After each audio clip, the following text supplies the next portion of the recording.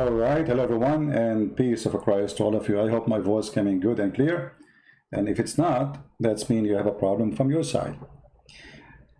Today our topic is who ate the Quran. And this time we'll not talk about the hadith, which is mentioned by Aisha that the goat ate the Quran. This time our brother David Wood, he ate the Quran. Now you might ask yourself, I mean, he was maybe hungry, out of money. He's lazy to go to the kitchen to grab something? No. So we will talk about this, and we will talk about the silly comments of some people who they attack David Wood for what he did. One of you sent me a message saying, don't you think that David Wood in serious trouble for eating the Quran? My friend, I say Muhammad is filthy, stupid, idiot, all day long. So eating the Quran is a problem now? I mean, hello?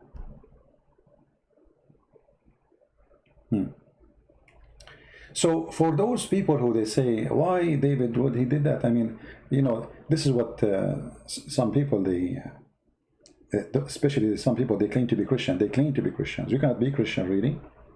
And I saw some comments, which is obviously cannot be from Christians. This is evil.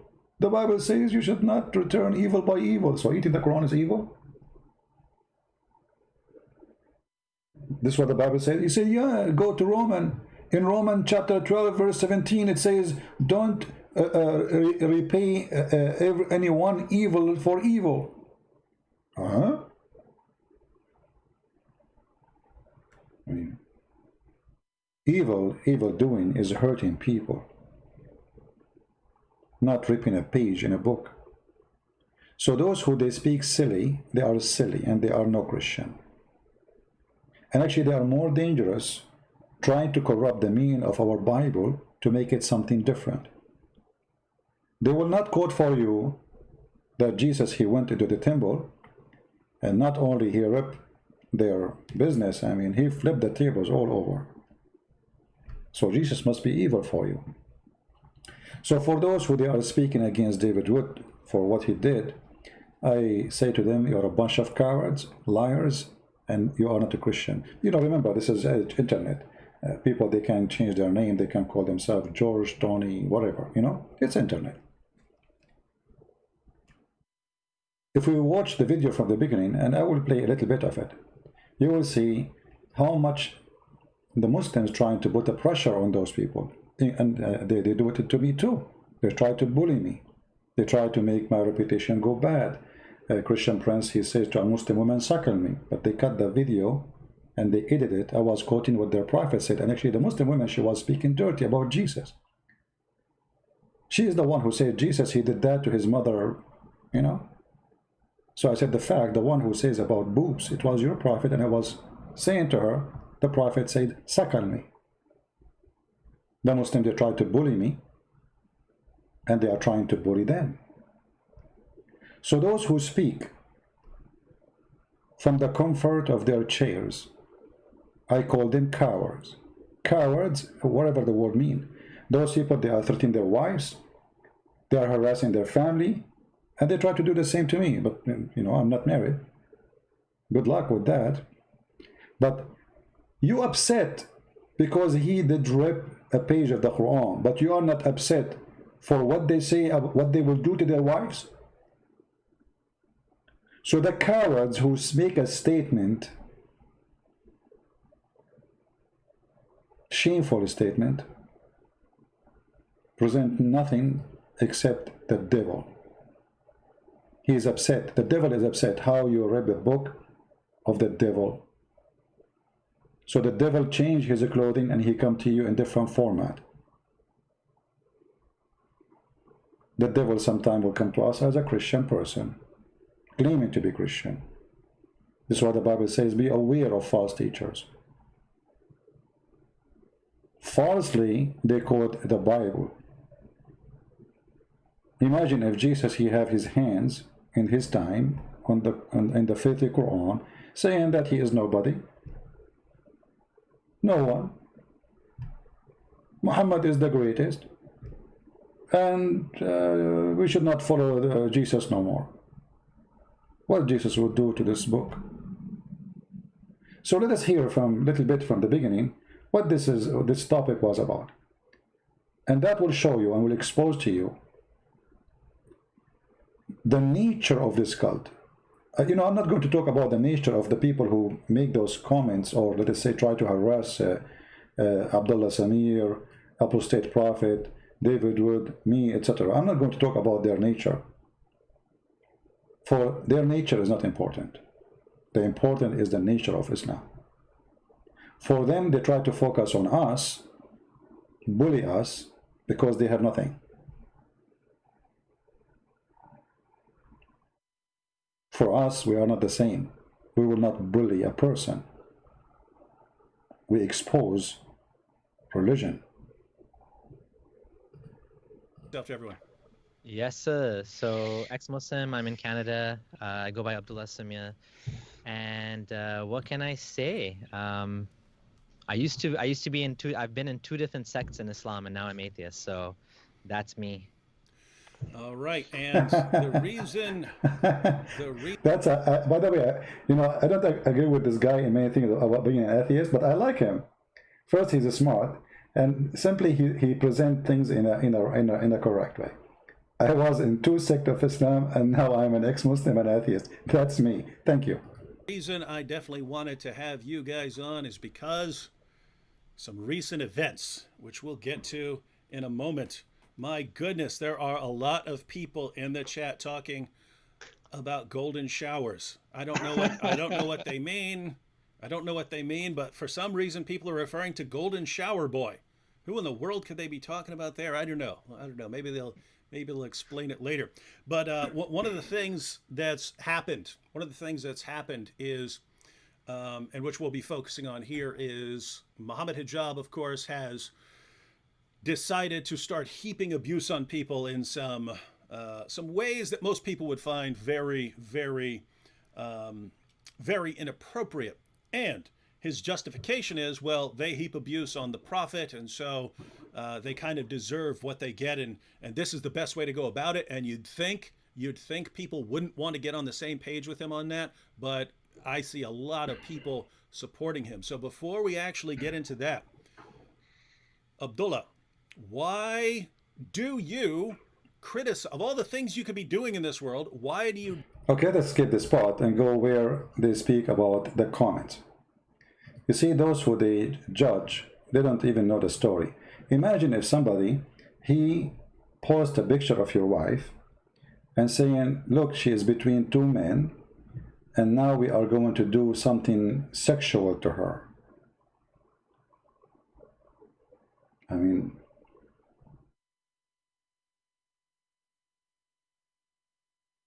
what is that? If you have a problem with David Wood, that David Wood is exposing Islam, well, answer David Wood, call him names, whatever. Why you put his wife there? Why you put the wife of Abdullah Samir there? What the wife of Apostate Prophet have to do with this? Why you are being filthy? Well, he will not be better than his Prophet. Who is the best example in Islam? Muhammad. Muhammad was a bully man. All the Quran is a book of bully. Even Muhammad, he bullied his uncle. Even his uncle, he was bullied by Muhammad. So those who they talk and they open their mouth, they don't know what we are talking about. Or what they knew that David Wood, he ripped a picture of the Quran and he ate it. Which is, I find it funny, by the way. I hope he's okay after eating it. In a video Abdullah bin Dal, I think, posted it. You're weak! You're weak!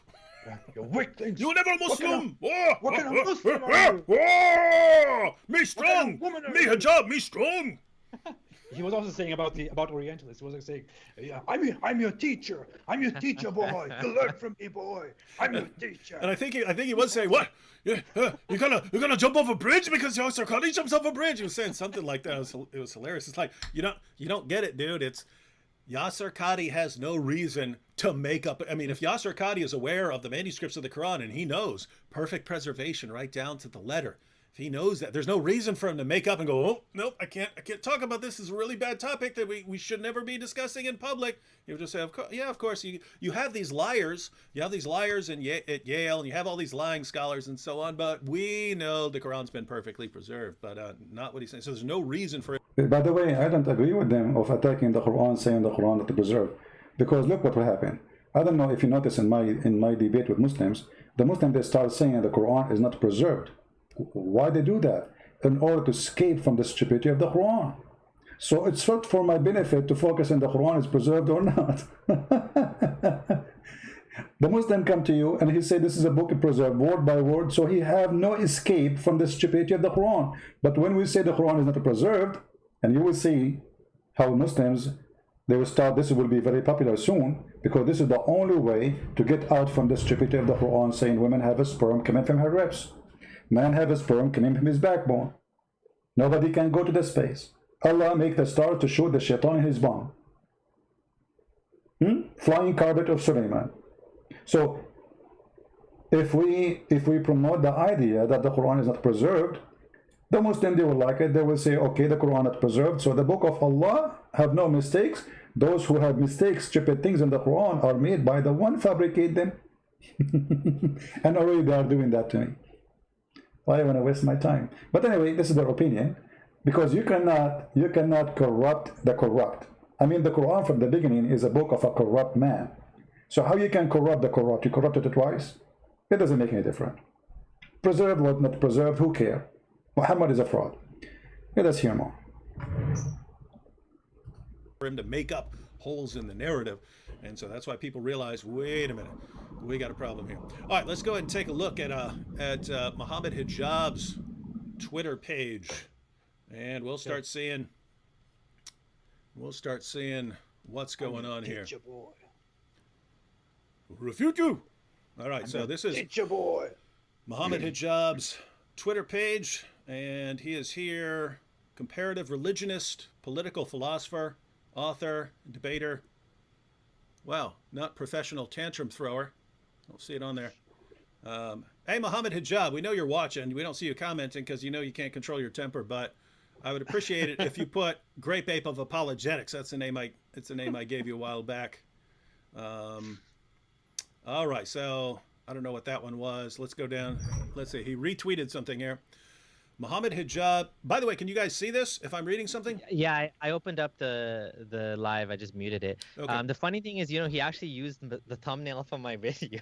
That's and he funny. changed the thing to comedian, professional comedian or something. Oh, that's actually classy, right? I could. Sometimes I think he might actually be funny and not, not this, super angry person. But so Dilly, he retweeted something here. Dilly Hussein, question: who or what is an open enemy of Islam and by extension the Muslims? Answer: any individual, group, or entity who publicly defames, mocks, and attacks Islam and Muslims without any willingness to sincerely engage. Wrong. Now notice, even though Abdullah, you probably mock the least. I think I might mock the most. AP is trying to catch up with the level of mockery that I produce.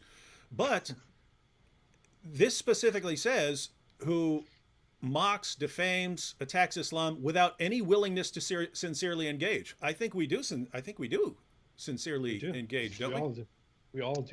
It doesn't matter, This guy is completely misrepresenting the position here. It has nothing to do with wanting to sincerely engage. It has absolutely nothing to do with it. If you are an opponent of Islam, if you criticize Islam in any way, that means you are an enemy of Islam. That's all that needs to be said. That's the entire definition of it. If you oppose Islam, then you are by definition, according to Islam, an enemy of Islam. All the mockery, satire, jokes, and all that, none of that matters at all. That's all just an excuse. Yeah, I was getting plenty of death threats when I was not mocking at all. I was just giving straightforward information and debates and stuff like that, and that was too much. That was too much for them. But I mean, my goodness, recently, the thing I've been doing most in live streams is inviting Muslims on, giving them massive amounts of time, giving them 10, 15, 20 minutes. Several days ago, I gave Dr. Shuaib Sayed who's a speaker for Peace TV and a bunch of other organizations. I gave him an hour and 20 minutes, which he used almost entirely to attack the Bible. And so I don't know how you say, hey, we're not seriously engaging here when we're putting our arguments out there. We're inviting criticism. We're inviting feedback. What are you laughing at? What, did you see a comment? Did you see a funny comment? No, it says political philosopher. Oh, Not yeah. Jeff Baer. One of the funny thing is when somebody, he hardly can be a teacher for elementary school, he call himself political philosopher.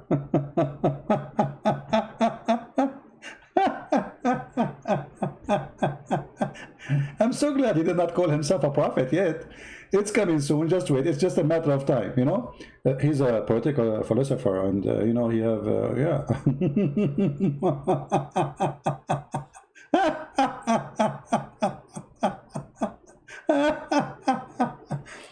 And you know, the funny is, the Muslim, they are saying, how a Christian he do this? One of the Muslims, he said, I never tear the Bible page. You tear our churches, you tear us. Your prophet, he cut women pieces, two pieces alive. Alive. And they are speaking about respect. You Muslims, you call us kuffar, you call us pigs, you call us monkeys. I never tear the Bible on a page. No, you throw them in the garbage, you burn them, you give them to your animals to eat them. And if somebody have one page of the Bible in your country, he will be arrested. And what you would do with the page? You put a frame around it? I mean, the hypocrisy of those people is beyond imagination. I'm not sure which part they start showing what they were saying about their wives. Anyone know which moment? Slaughtering people. We're responding in the most peaceful way you can while actually making these points. We're doing it through And criticize him. We don't even do half of what he has done to us. And then these Muslim apologists come and say, well, how dare you insult our prophet? Now we can insult you. So that is where their logic entirely fails. Yeah, and that's an important point, because I say that when people say, well, why do you criticize Muhammad? Hey, Muhammad criticized me long before I heard who he was. Yeah. He was coming after us long before we ever heard of him. And what you guys are saying, what Muslims are telling us is, yes, here's this system that calls for the annihilation of your civilization and says that you guys will be killed and that your wives will become the sex slaves of followers of Muhammad, but you need to just not speak about it. When, you know, here's the craziest part as far as I can tell. You've got, I mean, if anything in the history of humanity deserves criticism, I would say it's this. But we're not going out there and slaughtering people. We're responding in the most peaceful way you can while actually making these points. We're doing it through speech and discussing points and going through arguments. It's like, gosh, if your ideology cannot handle that, if your ideology says we're going to kill and slaughter you all, but you can't even speak out. No, the one who's saying the timing is 149. This is when he ate the Quran. I'm talking about when he showed what they are talking about their wives. Maybe here, let us see. I'm trying just to show you, you see. So imagine somebody is posting pictures of your wife saying he want to do rape her, or he want to, I mean, if this is happening to one of you, you will not even go to bed to sleep. You will be worried about your family. So those who they are throwing rocks at David Wood, they are a bunch of cowards. Those people, they are putting their life in the line. And instead we support them, protect their family. You know, if you cannot even do anything, at least give a nice word.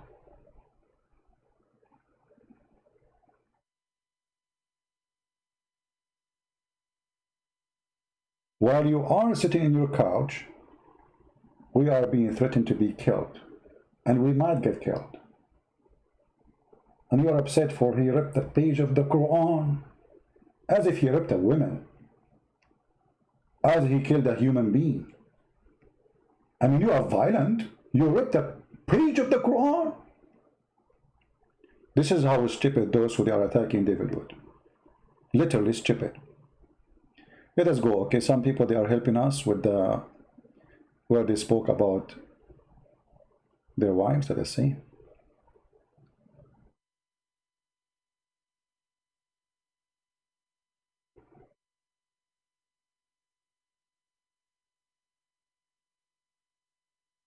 See the coward? Look, he is posting a picture of David Wood and his wife.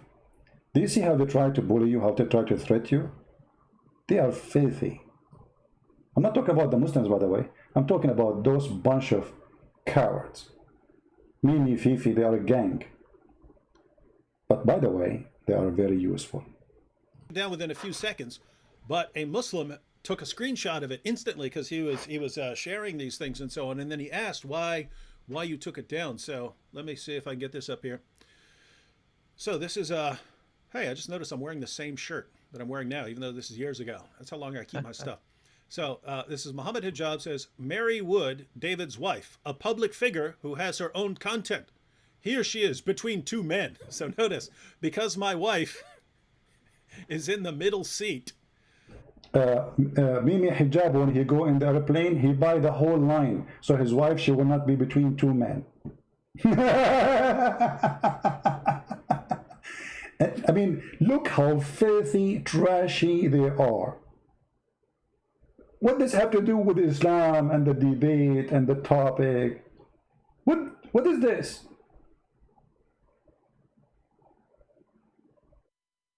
Do you see the cowards? What does have to do with anything? And that is that making her bad? I mean, she's bad. She's between two men. One of them her husband. The other one is her brother, I think.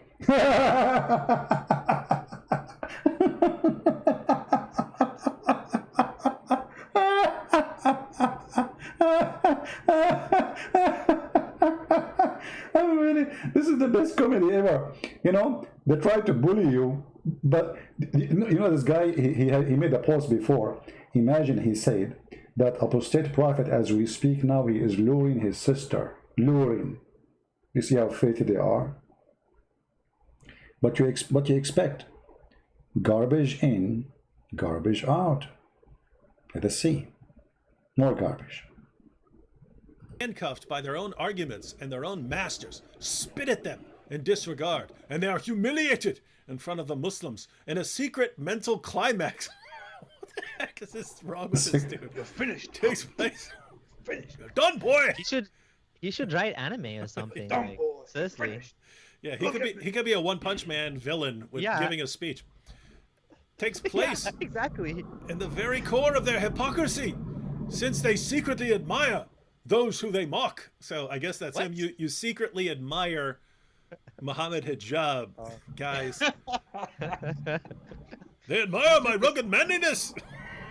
He's doing this whole thing. He's doing this whole game about how we ex-Muslims are traitors and we are Uncle Toms, we are sellouts, and we are sucking up to our white masters, like our white men. Yeah, you know, here is the issue. When a Muslim, he speak about the white man. I can show you the reference where it says, if somebody says the prophet is black, kill him.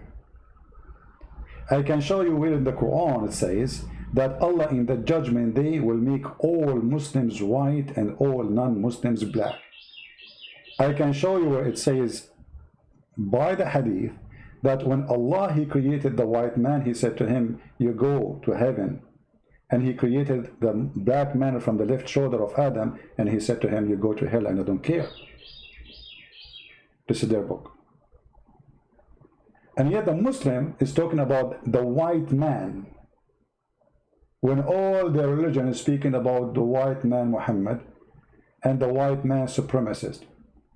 Even women in Islam, they when you go to heaven, or the virgins, they will be see-through because they are extremely so white. No black women in heaven. Why? Because Muhammad is a racist, filthy racist. He believes a black color is bad. Even Allah, he will send, if you go to the chapter 27, verse number 82, and read the interpretation of Ibn Kathir, as an example, you will see Allah, he will send a beast, it's called the Jassasa, and this beast will have the stick of Moses and the ring of cinnamon. And he will hit the one like me, in my face and he will make me black. And he will hit the one like Mimi Hijab and he will make him so white. And yet those cowards, they speak about the white man and the black man, presenting themselves that they are the one who defend the African. When as we speak right now, there's tens of thousands of African enslaved in North Africa. And all the slaves who they are sold to the white man in Europe one day are captured by Muslims in North Africa. Remember, there's no coast for African except North African in the Mediterranean. The one who captured them was the Moroccan, the Algerian, the Libyan. They invade inside Africa. They get the poor African. They put them in a ship. They ship them to the one of the biggest market of slavery in the world. It was Morocco.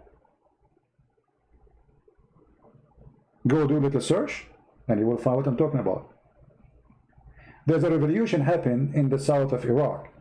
It's called Revolution of the Zinj, which means Negro. Do you know why? I mean, what the black people are doing there? The whole territory is nothing but a black African. Who brought them there? They brought them as slaves. To the point their population became way more than the population of the white men of Islam. And then they make a revolution. And after that, they kill them all. There is a single black person in Iraq right now. What happened to those people? They killed them all. So when they try to present themselves falsely as the one who defend the African we love, your prophet was a slave buyer and seller.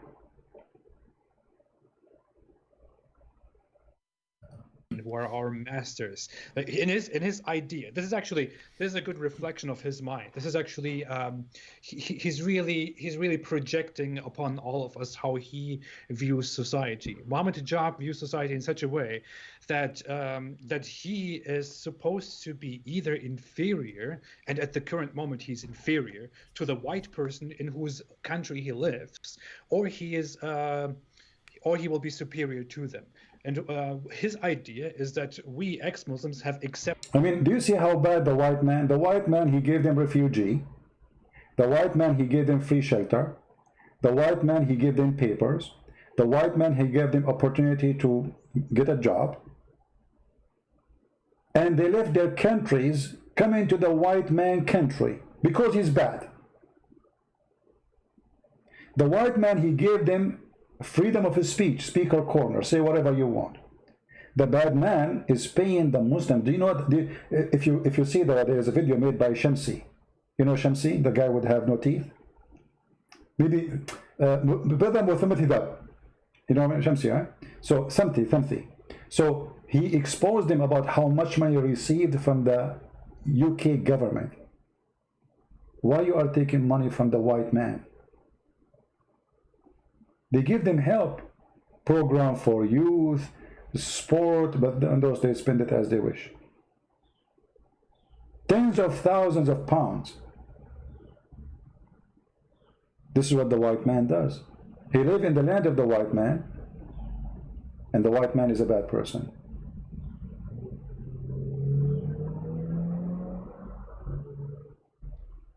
The currency he holds in his hand, this coward, have the Queen picture of England, and the Queen, she have a crown, have a cross in it.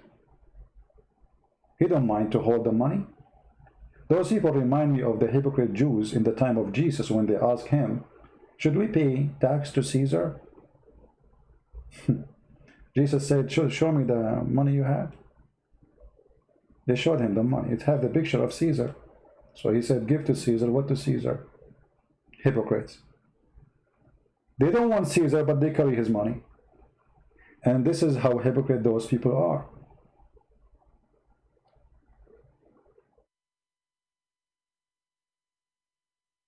How you took your citizenship?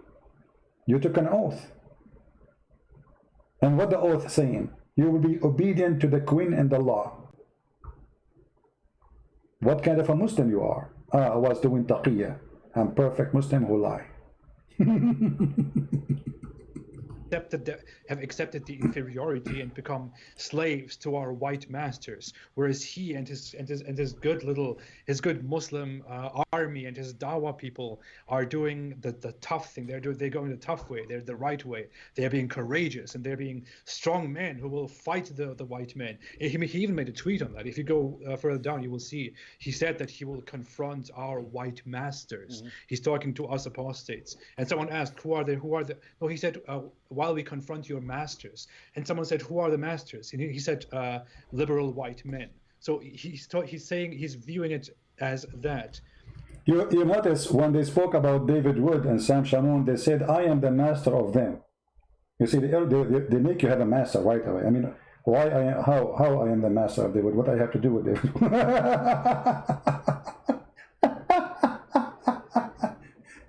They tried to bully me. They did not let me talk. The coward, he don't dare even to let me talk. And the coward, he did not dare to answer. Why you didn't say inshallah? Many of you did not notice that when this guy he go in his videos, the first thing he starts selling a product. Brothers and sisters, buy this Vaseline. It's very good for your private part. This Vaseline is the best. He don't say inshallah. Many of you do not know that in Islam, if you don't say inshallah, you are not a Muslim. Inshallah means by the will of Allah, because Muslims believe anything will happen by the will of Allah. So any action they should do, or they promise to do, they should say inshallah. He never say that. I don't know after I get him busted if he starts saying it or not. What kind of a Muslim you are?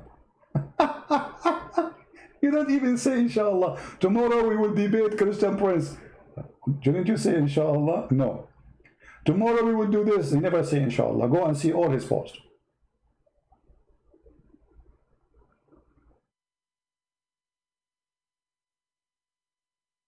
Inshallah, we will debate Christian Prince, but he never debated me. Yeah, there are the white people, there are the apostates, and there are the Muslims. He is the strong Muslim.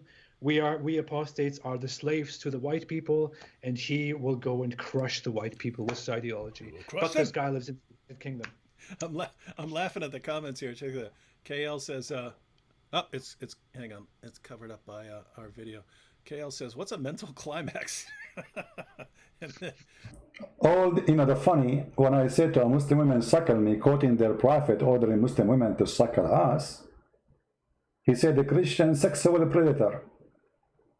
They have the mentality of sex. Their prophet is the prophet of sex. What is your promise for you if you follow Allah? Sex. Sexual. Not saxophone, sex. Real sex. Allah will make your private part endless. And this is why they enter always climax. It's a climax time. And then Michelle Shaba says, Mimi is freaky. So they're commenting on his weird. What in the world? Wow. Golden showers. Gosh, what a weird dude. Scared of me. Oh, now we actually got to Mrs. Apostate here. All right. So Hijab says. Now we're getting to the wives. When these anti-Muslim attention whore Islamophobes, when these anti-Muslim attention whore Islamophobes need to get on their knees in intellectual submission before they are whipped, He loves this BDSM theme, eh? Before they are whipped it. and lashed and chained up against the wall. Do you say? By freedom of speech, by the Twitter Muslims, and they reluctantly open their mouth in protestation to find they have been defiled. Can you believe it? Can you believe it how filthy they are? And then you will find an idiot upset because David Wood, he ate a page in the Quran. Imagine you make a comment about Islam and then somebody says that he would do that to your wife. He will open the mouth of your wife and he will do something in her mouth.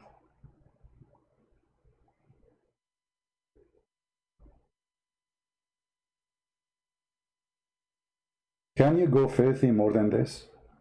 No, you can. Muhammad is more filthy than what they do. They are nice people compared to Muhammad. by the truth. Hey, listen, he said all of this imagery here, whipped by freedom of speech by the Twitter Muslims. So you guys are being lashed and whipped by the Twitter Muslim, and you reluctantly open your mouth in protestation to find that you have been defiled. No, look, it is actually worse, and it's hard for me to speak this out, to be quite honest. But he's referring to my wife. He has a screenshot of my wife. And he's referring to her. No! What he's doing here, the imagery that he's intending to put out here, is that my wife. Look, he's covering, he's veiling it all in such a way that it is relevant to Islamophobia and the war between the critics of Islam and Muslims. But what he's implying here is that when these anti-Muslim attention whore Islamophobes, meaning my wife is the attention whore, need to get on their knees in intellectual submission. He adds intellectual to make more of an implication of it, to make it more veiled, before they are whipped by freedom of speech by the Twitter Muslims. So he's implying here that the free speech by all those tough Muslim men, while my wife is getting on her knees in intellectual submission, and they reluctantly open their mouth in protestation to find that they have been defiled by truth. I don't want to speak this out, but I guess everyone gets the imagery of what he is trying to make here, the imagery that he's trying to present here. And this guy is speaking about my wife. He's speaking of himself and his entire Muslim community on Twitter. What this guy is doing here, dear Muslims, dear very morally sublime Muslims, is that he is implying that you tough Muslim men are here. My wife, I will speak of her just as a woman. A woman is here going on her knees, and all the proud Muslim men are going and sexually violating her all together.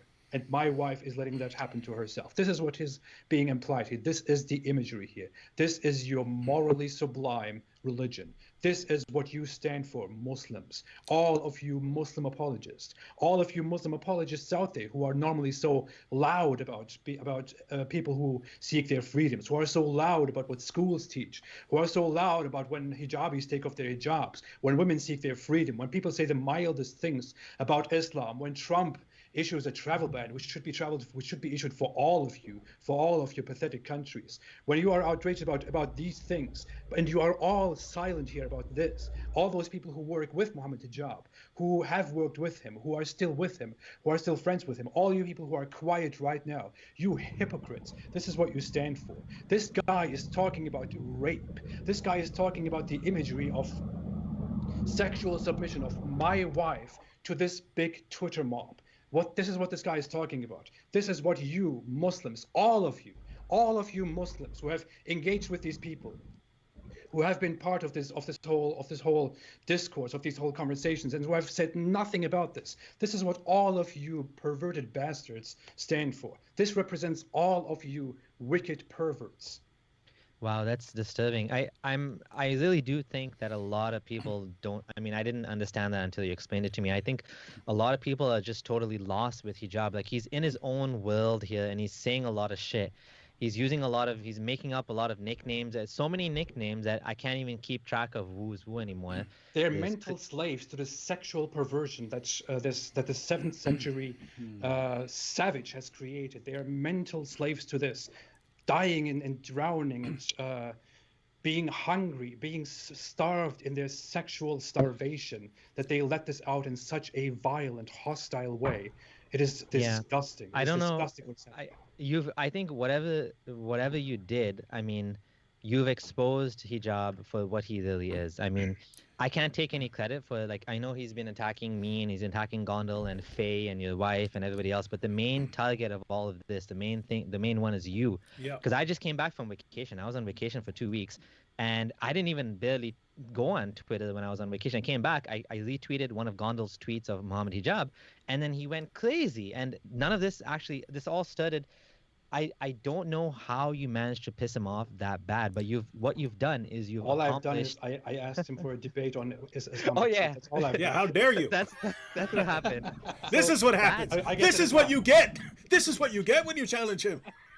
You unraveled him like nothing else. Like, he's completely, totally lost it, and in a way, we have to thank you because nobody else managed to accomplish what you managed to accomplish. He's just I gone don't take credit. completely, I have like made he's him gone. crazy.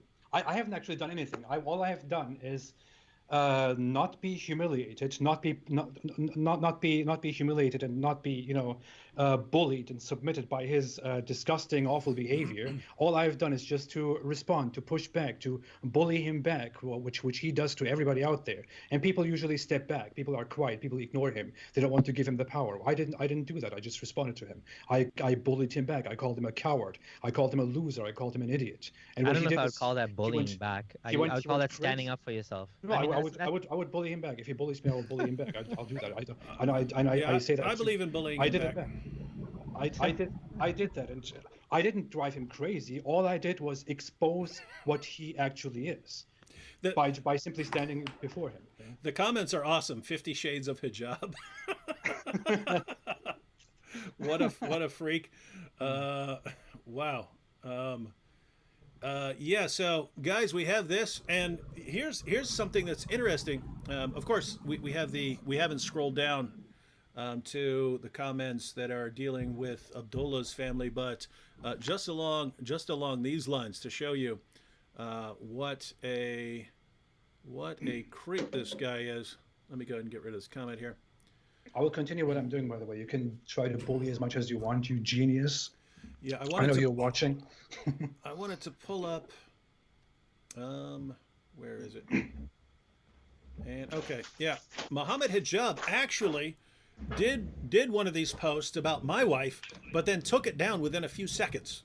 He posted it and then took it down within a few seconds. But a Muslim took a screenshot of it instantly because he was sharing these things and so on. And then he asked why you took it down. So let me see if I can get this up here. So this is hey, I just noticed I'm wearing the same shirt that I'm wearing now, even though this is years ago. That's how long I keep my stuff. So this is Muhammad Hijab says, Mary Wood, David's wife, a public figure who has her own content. Here she is between two men. So notice, because my wife is in the middle seat. Hold on. Your wife between two men. David, what's wrong with you? I'm so disappointed. You cannot do that. I mean, what we will say now to the Muslim community? How we can explain to them what happened?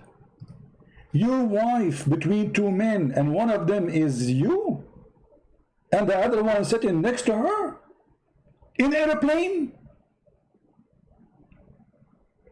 That's it. You lost your reputation.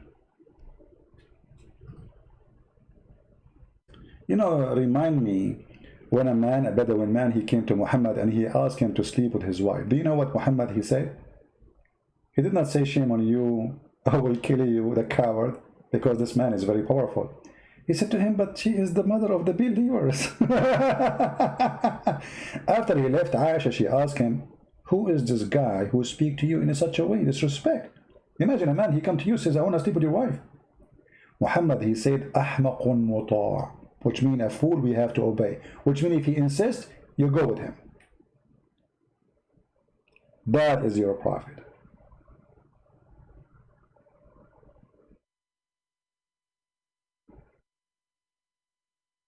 The guy, his wife sitting in an airplane, you idiot. What between two men? What does that mean?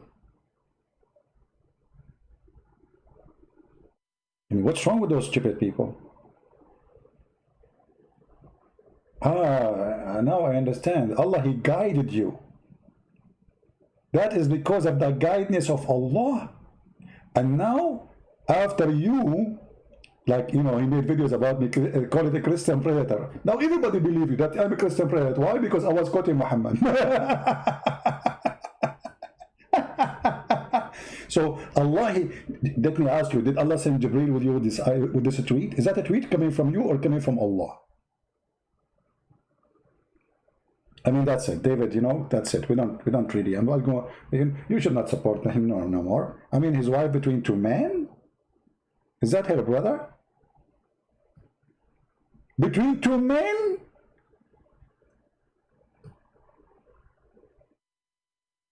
Like what? I cannot believe that such a thing happened. What we will tell our kids now? How we can face the society? Do you think CNN will publish it?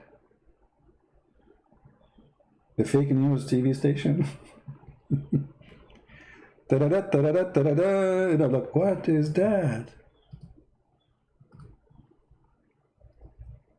If we, you know, if we question, I mean, what does that mean? I mean, I don't know. Actually, I'm trying to understand what exactly this is all is about. I'm receiving a call. Okay, let's see. Oh, it's Zakir Naik. Dr. Zakir Naik. Okay, let us answer. Hello? Christian Prince.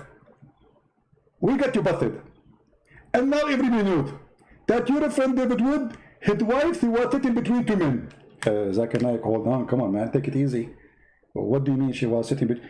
There is a picture, and the picture is reported by brother Muhammad Hijab. Exposing your brother. What happened? What she was doing? She was sitting in an airplane. Are you serious? That's a very serious crime. Exactly. And that is a proof that all of you are false people. And do you really have a proof of that? The picture is there, it's on Twitter. Zakir Naik, come on, I don't believe it. I swear by the leg of Allah. No, which leg? You have to be careful. Are you swearing by the left leg or the right leg? Christopher, first of all, you are stupid and you are an idiot. Allah have only one leg and he jump with it like boing, boing, boing. And it is only the right leg. Allah don't have. Allah have two right hands and one leg. It's the right leg. So what happened to the left leg? Triple, you are trying to take the topic. Okay, we go back to what was the topic? David Wood, his wife between two men. Explain to me now. You Christians are perverted people. But she was, you said she was in the airplane? Exactly. Okay. And when your wife, she go in the airplane, she sit, like you sit from the two side? Yes, I do. You are two people? No. So who sat next to your wife? This is a very American question. I escaped. So, okay. When your wife, she go in the airplane, there's a person before her or behind her. Is that bad? Ask me the different thing. Ask you a different question. Okay. When your wife should go to the police station or the immigration, and there's before they stamp her passport, there's a person either before her or behind her. Does that make her bad? Ask me a different question. Okay. Your wife, she now in Walmart and she wanna pay for she pay with cashier, and there's a guy before her and a guy after her. She is between them. Do you think this is bad? Christopher, first of all, the men who they are around my wife, they are holy men. The first one, his name is Jibril, and the second one, his name is Israfil. They are angels.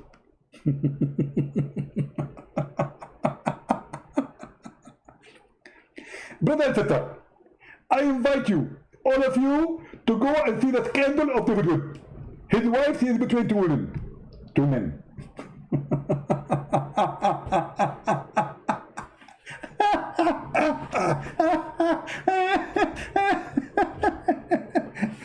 I don't think David Wood will go online after now anymore. That's it, you're dead. This is what he said to me too. You're finished. You're finished, boy.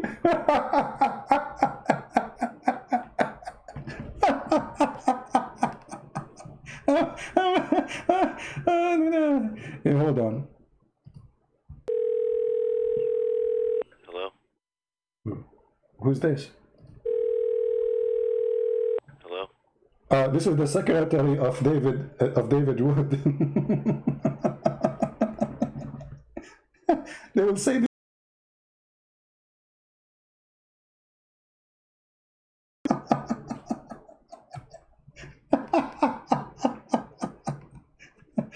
I mean, they are so desperate, so stupid. They don't know how to answer us. They don't know how to refute us. They come with the most hilarious sexual, because this is their cult. This is their quality. This is who they are. When I quote your prophet saying, suckle me, by the way, I'm thinking to start a day, it's called Suckle Me National Day. Why they are upset from practicing Islam? Isn't it your prophet, he said to the woman, to order the man to suckle from her? And she said to him, how he can suckle me, and he is a grown man? Did she say that, or I am the one who said that? So if I quote the prophet, let us find the hadith. If we call the false prophet, filthy prophet, mad prophet, I mean, all those prove that Muhammad is a madman. How I can suckle him and he is a grown man? So if I say suckle me, that make me sexual predator. Sexual predator. Suckle him. Okay, suckle me. Don't you think this is a good idea if we establish a Suckling National Day of Allah, where everybody practice the order of the Prophet? Aren't you Muslim Sunni who practice the Prophet order? Suckle me Day.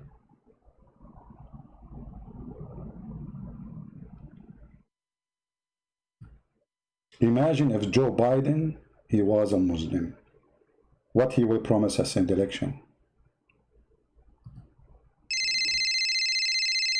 Oh, Joe Biden is calling. Okay, let us answer Joe Biden. You know, he's going to be the president. That's it, you know. Hey, Joe. Christian Brands. I always talk about you as a person who is from Norway. Joe Biden, I'm not from Norway. I'm an Arab. Christian Brands. First of all, I want to tell you something very important. I promise anyone who vote for me to do suckling. We will suckle what? You will suckle your fingers, because I will make you hungry and you will not have food. Hey, Joe Biden, you remind me of the Prophet said, if somebody he ate, don't wash your hands, you lick it or let somebody lick it. Oh, okay. Do you think this is good for your election agenda?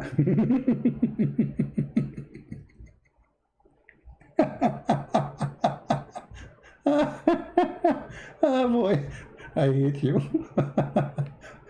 Okay. Brother, read with me, brother. Sahih al-Bukhari. This is perfect for Corona Day, by the way. I mean, you can fight Corona with this. The Prophet said, when you eat, do not wipe your hand till you have licked it or had it licked by someone else.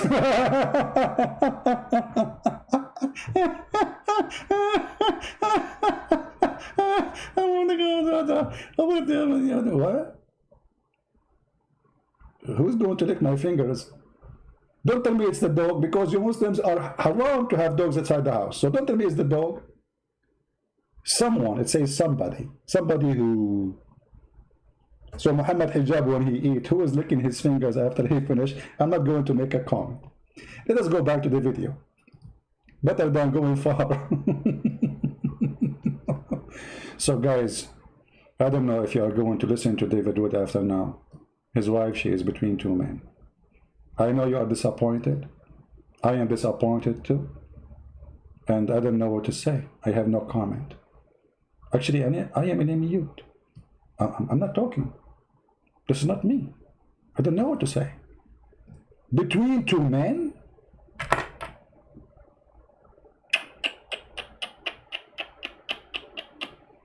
Somebody's saying why you laugh like a donkey. As long as you mentioned that. By the way, Murrah, how are you? Imam Murrah is here. As long as you mentioned that about donkeys. Let us see what your prophet said about you. Your prophet, he said, if a Muslim, he raise his head before the Imam, he finish his prayer, Allah will transform his head to a head of a donkey. How many donkeys of you are exist? If your prophet is telling the truth, we should have a lot of donkeys. There is not a single prayer in the mosque. Nobody leave his head before the Imam finish. You will find a lot of people do that because it's impossible to know if he finished or not. If he raised his head, your head in the ass of the one in front of you. So don't talk about donkeys. And by the way, your prophet his wife last name is Jahsh, and his last name is dogs, Kilab. So his wife last name is donkey, and his last name is dogs. We have a zoo. Nice to meet you. So brother,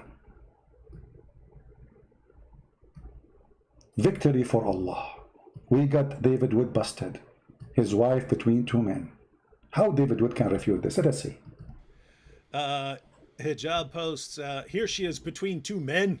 Between two men? Ho-ho! You know what that means in Islam. If you're between two men. Ho-ho! Oh, David, what happened? What happened? Well, what happened? Like, come on. Oh. So that's what so for some reason Hijab took this down. This is the sick mind of Mohammed Hijab. Instantly.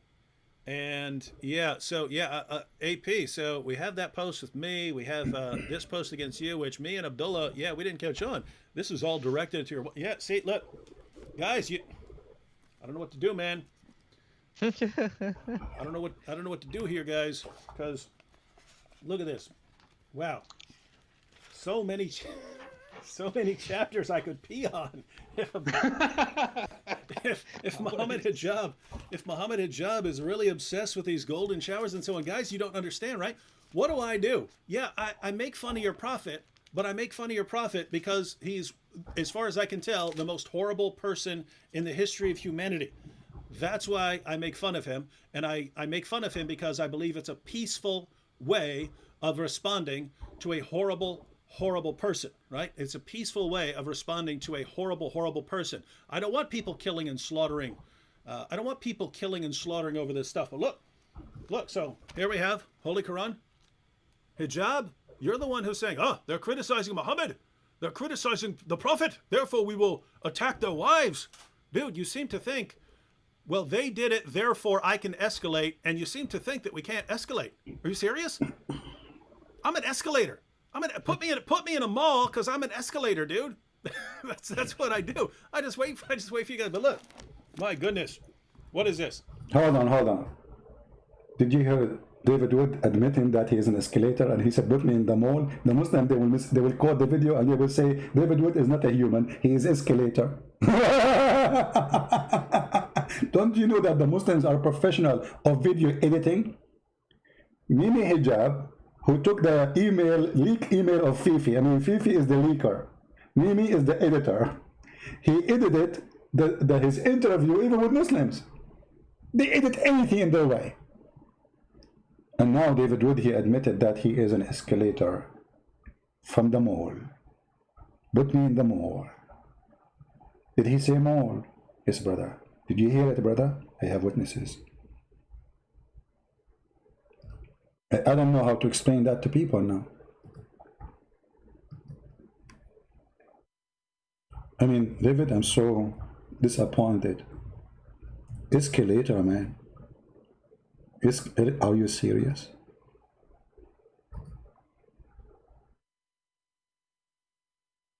How now we are going to stop the Muslims from saying that you are escalator?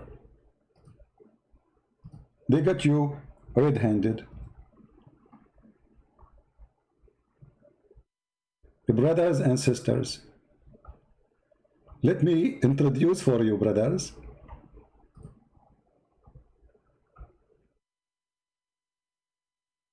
the escalator.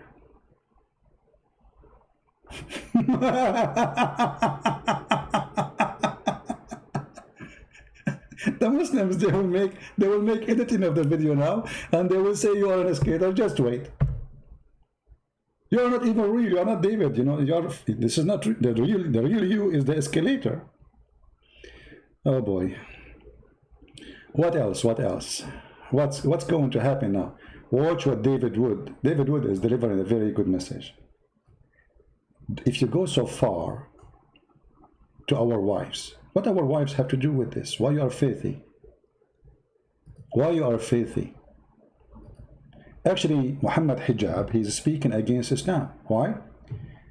Anyone who have little knowledge of the Quran, he will know that the Quran forbid Muhammad hijab of doing such a behavior.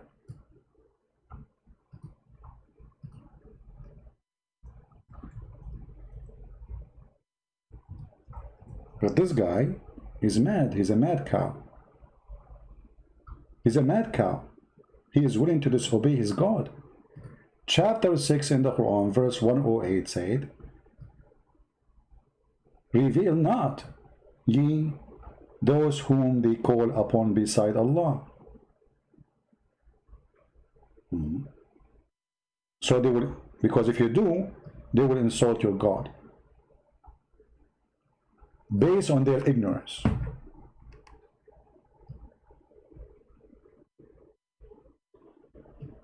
And Muhammad here, a filthy prophet, he made this verse because at that time he was weak and he cannot do anything to them. He cannot kill them. If the translation is not too much, doesn't make sense. This is Yusuf I translation, is stupid. Let us go to different translation. And right away you will see. And insult not those whom they are disbelievers and who worship beside Allah, lest they insult Allah wrongfully without knowledge. So how come Mimi Hijab, who claimed that he is a person follow Islam, he don't practice Islam?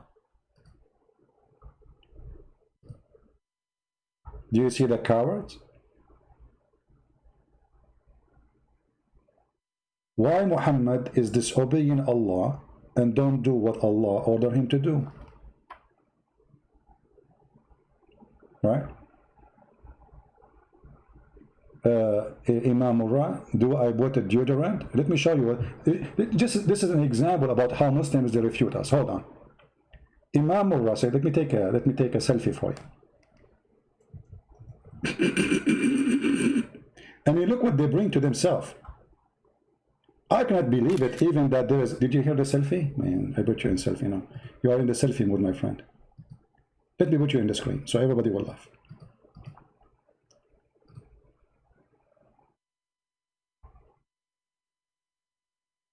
They cannot answer what we showed him in the screen. This is the order if you're God. Look at the answer. Christian Prince, do you put deodorant or you are a stinky dog? Okay, hold on. I'm going to use the deodorant of a Prophet Muhammad, and I promise you from now on, I will shower myself in a water have dead dogs and women blood from period and stinky dogs. Look, it is you who mentioned the word stinky. It is you who mentioned the dog. It is you who mentioned the deodorant. I mean, who is the first one who made deodorant? Must be the Muslims, right? Let us see what your prophet he used to do to kill his smell. Let us go.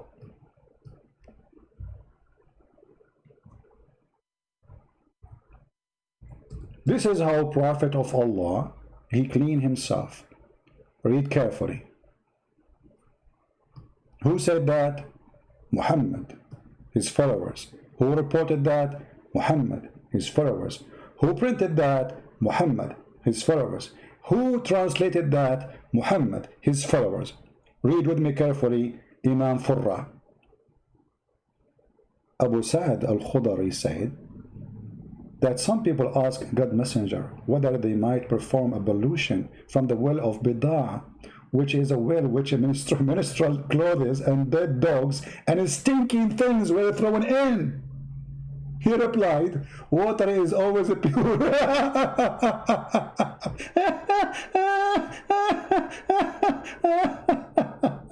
You are talking about the deodorant. This is according to your prophet. The deodorant for you is a stinky water, dead dogs, and women of blood from period.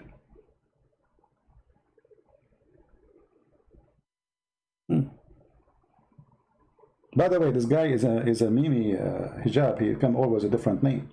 Did you see what Abdullah he said? He said that Mimi he had many names. Coward, they don't dare to go on your page with his name. Cowards. What kind of a prophet he take a shower with this? And what they excuse? mean, there's dead dogs. And do you know how small this thing is? Like the size of a jacuzzi. It is in the size of a jacuzzi, literally. Actually, there's a hadith measuring the size of it. Here we go, it's in front of you. I measured the breadth of the well of Bida'ah with my sheet, which I stretch over it. You see how small it is?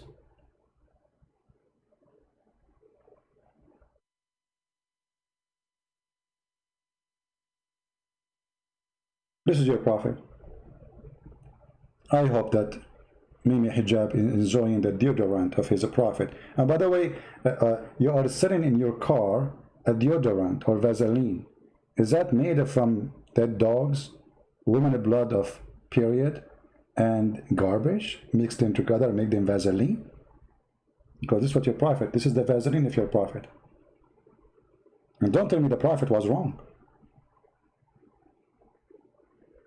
Is he? By the way, this is why they don't dare to debate me, because anything they say to me, anything, just give me 3 words, I will show you a story you will be ashamed of about your prophet. Just say 3 words. This is why they don't dare to debate me. Now let us go back to our brother David Wood, who been exposed for now. Not only we found that his wife was between 2 men, he is escalator. I mean, what do you want more? You Christian, you cannot listen to an escalator. I mean, hello.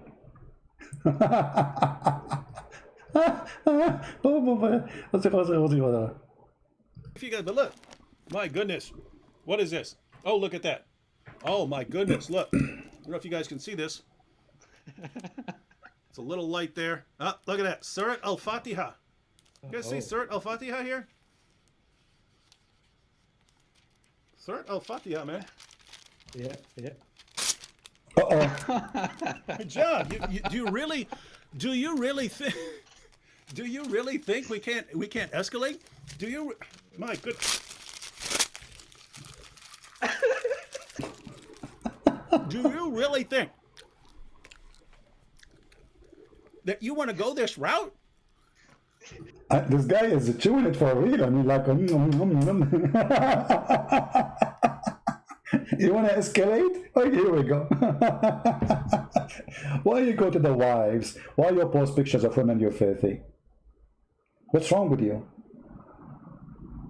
Do you want some people to go after your wife in the street, take pictures of her and post it? What's wrong with you? Filthy, coward, savage, trashy. You should be deported from England. How even a Muslim can accept a guy like he is perfect for us? For us, he is a perfect. How we can show you how filthy this cult is if they are not exist? How we can show you that Islam is bad if there is no ISIS? You will not believe us. You will not. Those Christians have a problem. The second you speak about Islam, they say Islamophobia. ISIS is Islamophobia. Al-Qaeda is Islamophobia. So why they check you in the airport for 2 hours before you go in the airplane? Is that because Islamophobia? Or because the risk is real and Islam is dangerous? Why we have to take off our shoes? Why they take you to a private room sometime to check you out? Hey, by the way, I will tell you a secret about how I go in the airplane so fast. Once we have a conference and I was late. And the line is so long, man. I mean, it's taking forever. So I took the phone and I start speaking Arabic. Hello? Yes, brother. Alhamdulillah. The guy in the security, he heard me speaking Arabic saying Alhamdulillah. He came, he walked slowly and he held my ticket. He held the ticket before me. And then he held my ticket and he put a round circle around it and he says, go there. Private check. Private check. I do not need to wait on the line. I finish in 2 minutes. Perfect. The line, I think at that time, I think it was in Georgia. I forgot which airport. A huge airport. The line is so long, so disgusting. I will wait at least 2 hours. I will miss my airplane. Private check, that's it. They took me to the room, you know, private check. 2 minutes, I finished. It took me only few Arabic words.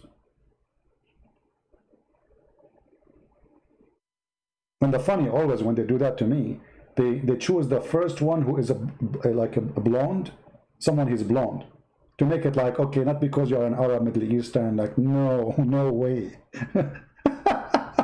No, this is not the reason. So they choose right away after me, after they put the circle around. Always they have to choose somebody is a blonde after me for the private research or search, so they can cover themselves from accusation of discrimination. But I don't mind, actually, you know. I mean, obviously we are the one who you should fear. Okay.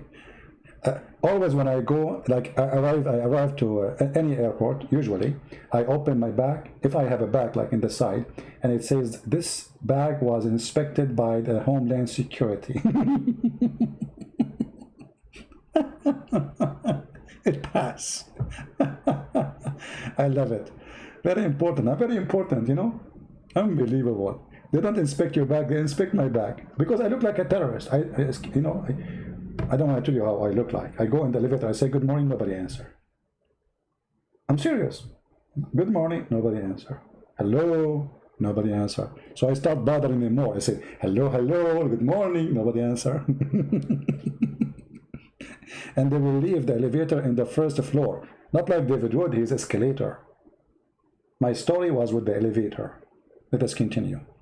So what David Wood he did, I forgot what was the topic. If you guys, but look, my goodness, what is this? I'm like Joe Look Biden. at that. Oh my goodness, look. I don't know if you guys can see this. It's a little light there. Ah, look at that. Surat Al-Fatiha. You guys see Surat Al-Fatiha here? Surat Al-Fatiha, man. Yeah. John, do you really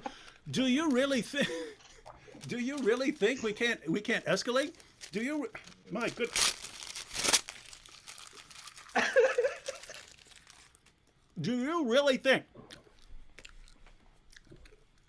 that you want to go there? David, do you want some salt or something? I don't know, because there's no taste of this Fatiha. I mean, this is the most stupid chap. And by the way, Al-Fatiha does not exist already in the Quran of Ibn Mas'ud.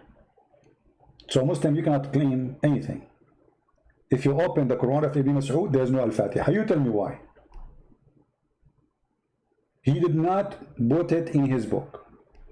No Al-Fatiha. Why? Because it was not really a chapter. This was a prayer way after being added. Route? You think, oh, he made Islamicize me. He made the boom boom room. Dude, I will buy the domain pissonthequran.com if you keep going down this road. And every single thing that happens,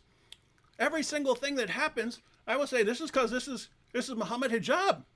He's putting us in this direction. Hey Muhammad, you like to spit, right? There goes Surat Al-Fatiha. Want to keep playing with me, dude? Next time I'll actually swallow the surah, and you know where that'll go in 2 days. You know where that'll be. Where? Okay, hold on. What are you talking about? Where it's going to go? What this guy is saying?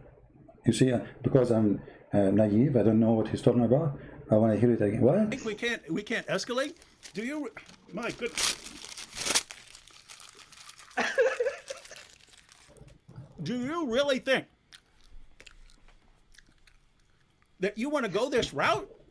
I mean, this guy, when he showed it, David, he make me hungry. I eat once every 24 hours. It must be tasty, by the way. Did you hear the sound of the, it's a crunchy. I'm serious, it's really crunchy. I mean, listen to the sound again. Maybe you don't believe me. I don't know why. Maybe you guys are deaf or something. It is really crunchy. Okay. It's better than French fries. Oh, listen. If you guys, but look, my goodness, what is this? Oh, look at that. Oh my goodness, look. I don't know if you guys can see this.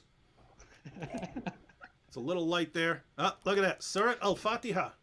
You guys see Surat Al-Fatiha here? Surat Al-Fatiha, man. Yeah. John, do you really think we can't escalate? Do you? My goodness. I told you. Do you really think that you want to go this route? You think, oh, he made Islamicize me. He made the boom boom room. Dude, I will buy the domain pissonthequran.com if you keep going down this road. And every single thing that happens, I will say this is because this is Muhammad Hijab. He's putting us in this direction. Hey Muhammad, you like to spit, right? Puh, there goes Surah Al-Fatiha. Want to keep playing with me, dude? Next time I'll actually swallow the surah, and you know where that'll go in 2 days. You know where that'll be in 2 days. You want to go this route? And you Muhammad Hijab fans who are watching this right now, I don't want you to, whatever you do, I order you not to remember that the next time you're reciting Surah Al-Fatiha during your prayers. I order you not to recall me chewing up and spitting out your surah. I order you. Don't do it. Don't remember that. So for those who don't agree with David Wood, I mean, do you blame the guy trying to make, sexually harass their wives, posting their pictures, apostate prophet, Samir Abdul? I mean, do you blame them for what they do?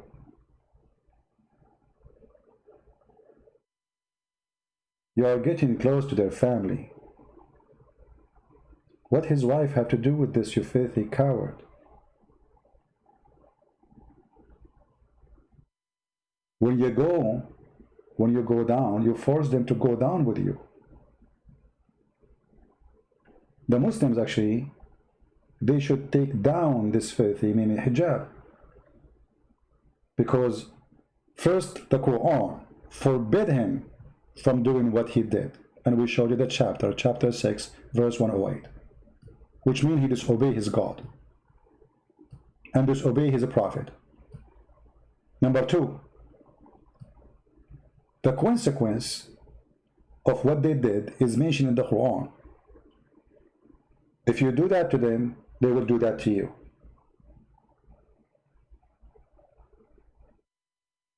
Number 3, are you happy that Islam became a joke? And those who present Islam, they are the mockery of Islam right now. What kind of a Muslim trying to present a religion, he posts pictures of wives of somebody else? What does this have to do with anything? What does this have to do with God? What does this have to do with Muhammad? What does this have to do with anything?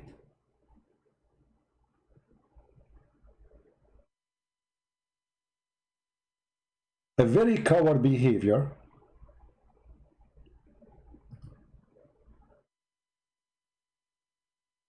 lead us to a certain action. David Wood never did that before. Never, right? I mean, he is talking about Islam for many years. But now you are so filthy coming to his family. They made fun of his kids. They made fun of their illness. And now they are getting even closer to his wife, making threat to the wives of those who they are speaking against Islam.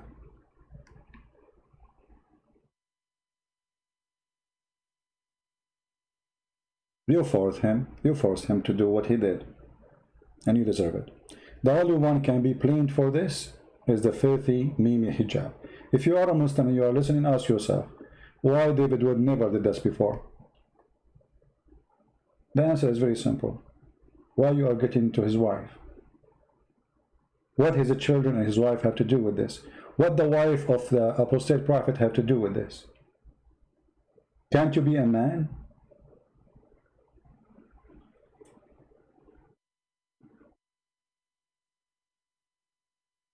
Those who speak about we are scared from a girl, well, I don't know who is the one scared of a girl, but as I know, there's Muslim girls, they called me, but you did not, you coward.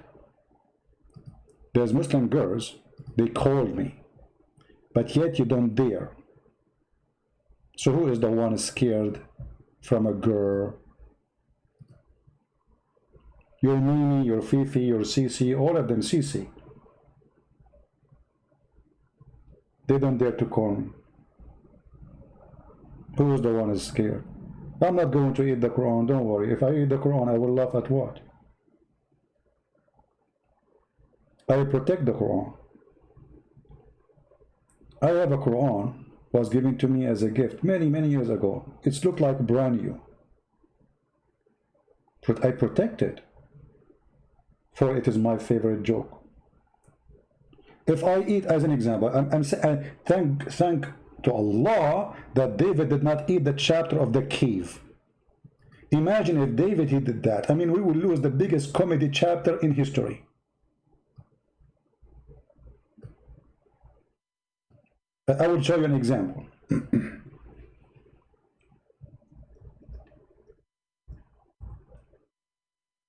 I will show you an example of the stupidity of a chapter 18. Just an example. They asked Muhammad about those who they called in the seven sleepers, how many they are.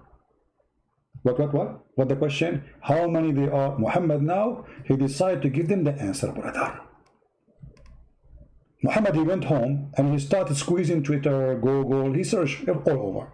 So he said, some say they were 3 and their dog is number 4. What the heck? Since when you count the dog as number 4? In which language? You don't say he is number 4 unless he's a human. You don't say three human and number 4 is the dog. You say 3 human and 1 dog. And who cares for the dog now?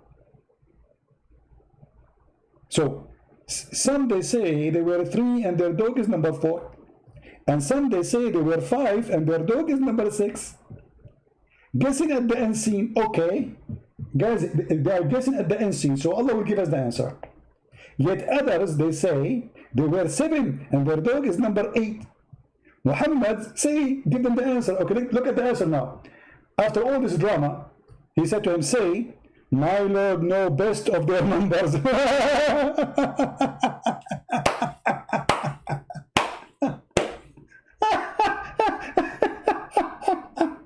What is the answer? So what is their numbers?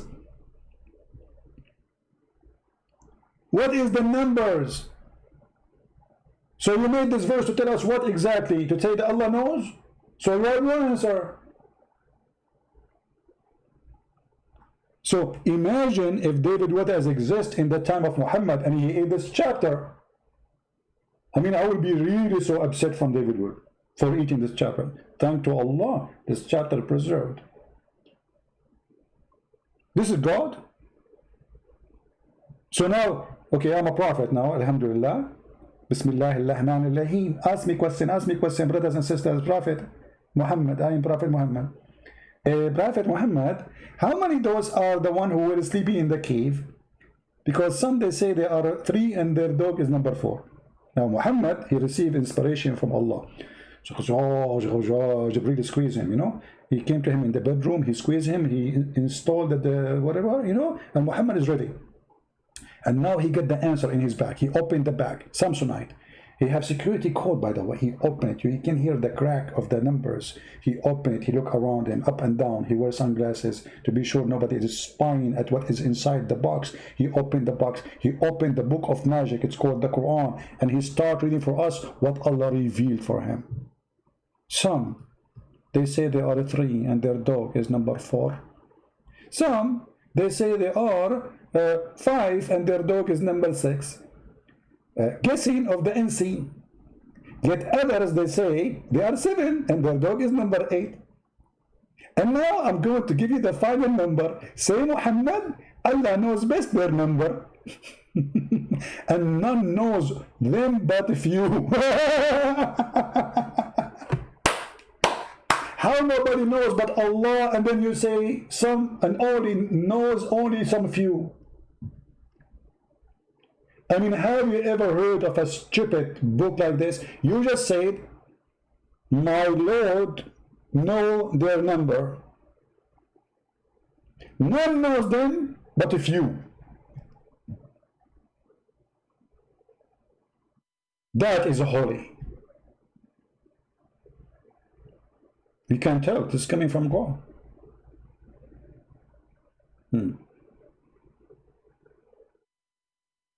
So I was so grateful that David Wood did not eat the whole thing. Otherwise, I will be out of topics. And by the way, you know, in Arabic, you cannot say 3 and their dog is number 4. That is the most stupid statement. You cannot say that, because when you say he is number 4, you count him as a human, but he is a dog. And here you notice something very stupid in this chapter. How you say that those are holy men, who they are Christians supposedly, and Islam forbidden anyone to have dogs with them, because dogs are najis, filthy, dirty. What happened is very simple. The word here, kalbahum, is not kalbahum. It is their provider. It's very close in the pronunciation to the word dog. So when they wrote the Quran, they don't have dots. The letters was using Aramaic letters, and they could not make out of it anything except dog. But the fact it is Kali'ahum, the one who provides them, which is supposedly an angel. This is why you will see later it says that this, who the Quran claims it is a dog, he is opening his 2 arms, 2 hands. Have you ever heard of a dog have 2 hands? Since when?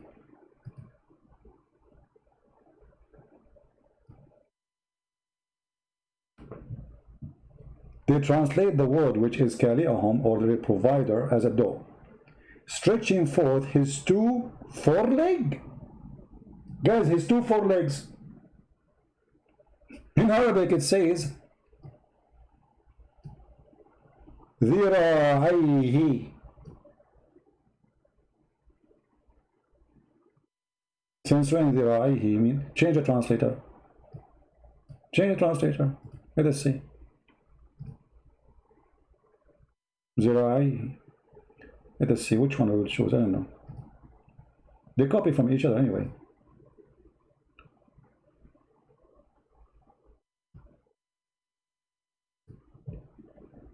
Where their dog stretch his 4 legs. But it says his two hands, his 2 arms. What 4 legs? Where is the word 2? Change the translator.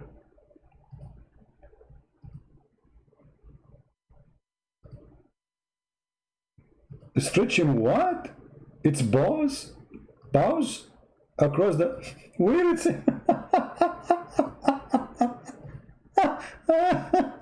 Let us see this guy. Different translation.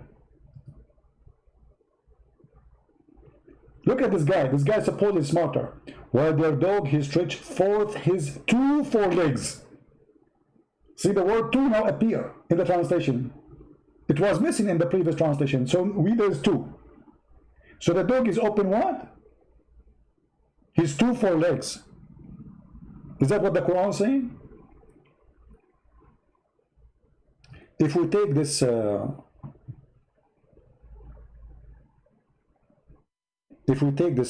chapter, let us do this. Hold on.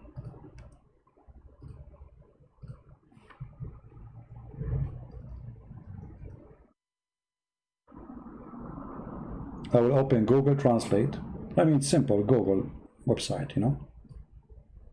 All right. And we will go to the Quran and we will copy the Arabic as it is in front of your eyes.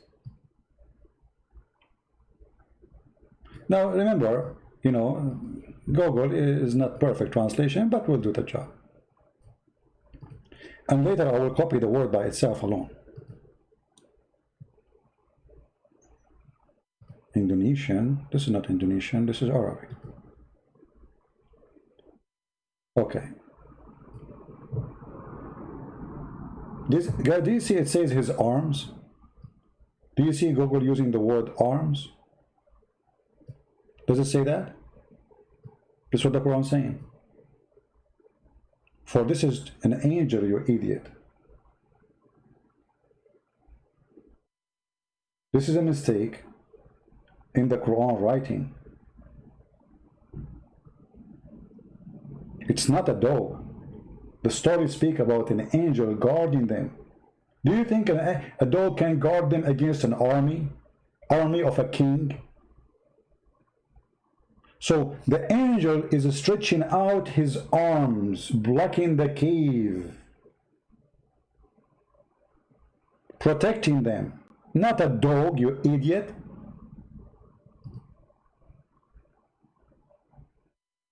Otherwise, since when dogs have arms?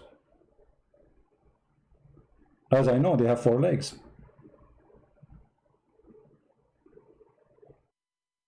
He had 2 arms, by the way, which is very nice. If you have a dog, you can shake hands with him. Anyway, so I decided to make this video because I saw some comments. They don't agree with David Wood about what he did.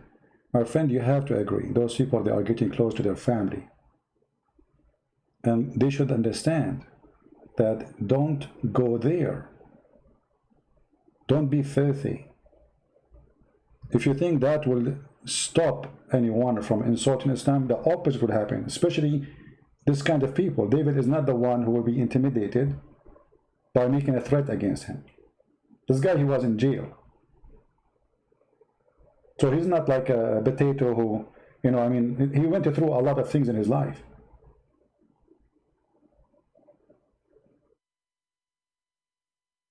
They tried the intimidation gang system, and it worked with many people, but those things would not work with us. Otherwise, we would be stopping in exposing Islam from a long time ago. If intimidation worked, do you think we will be here? You intimidate us, you post pictures, you insult, you know, you make it personal. We will not go after you, we will go after your prophet.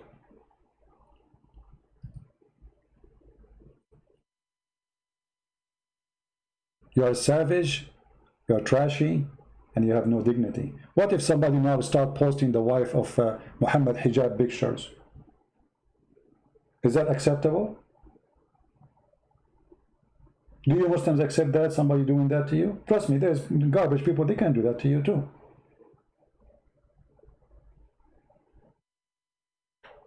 Why you go that far? That guy, he don't agree with you in religion. Muhammad is a faithful prophet for him. Refute him. Okay. You know? If Islam really making you a good person, where is the good person of you? Why we don't see those good ones? And this is why I say, people like those people, they are the best help for us to expose this cult. Actually, I not only agree with Muhammad hijab, I support him. How we can show the world how filthy this cult is, how low.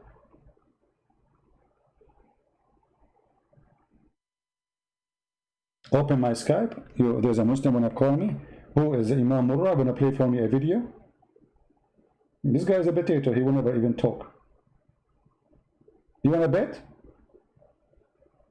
Okay, let me open my Skype.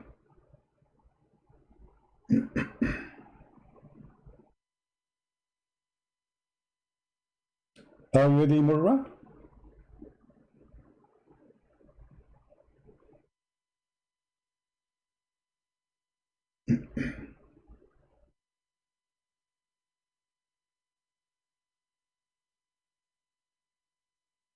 Okay, Murra, call me. I'm live on Skype.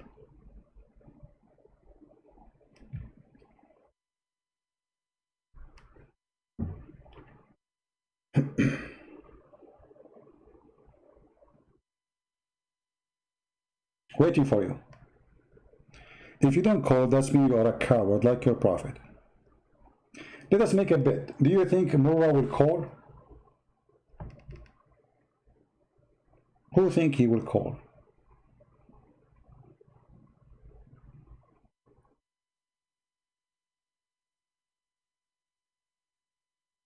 You asked me to go on Skype. I'm waiting.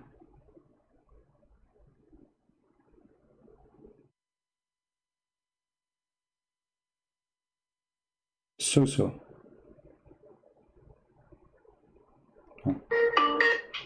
Hello? Here we go. See Imam Murrah?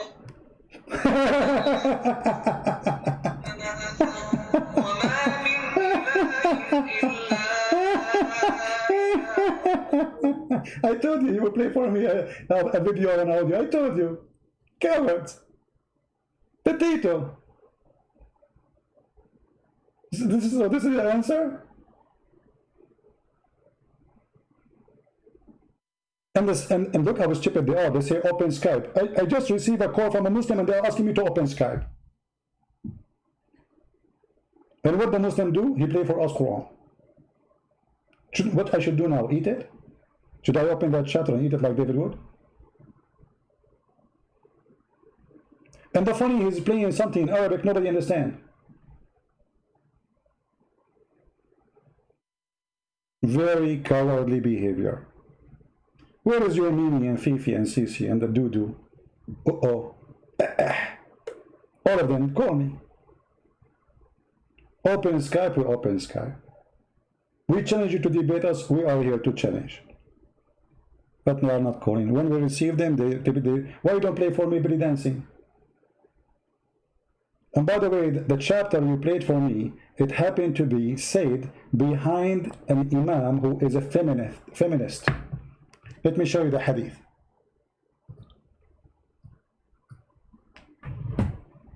The Muslim, they came to the caliphate and they complain that their imam is showing his bum and he is seducing them.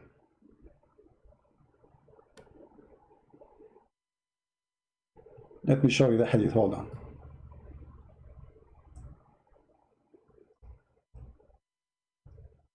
So why you are playing to me this surah, my friend? Huh?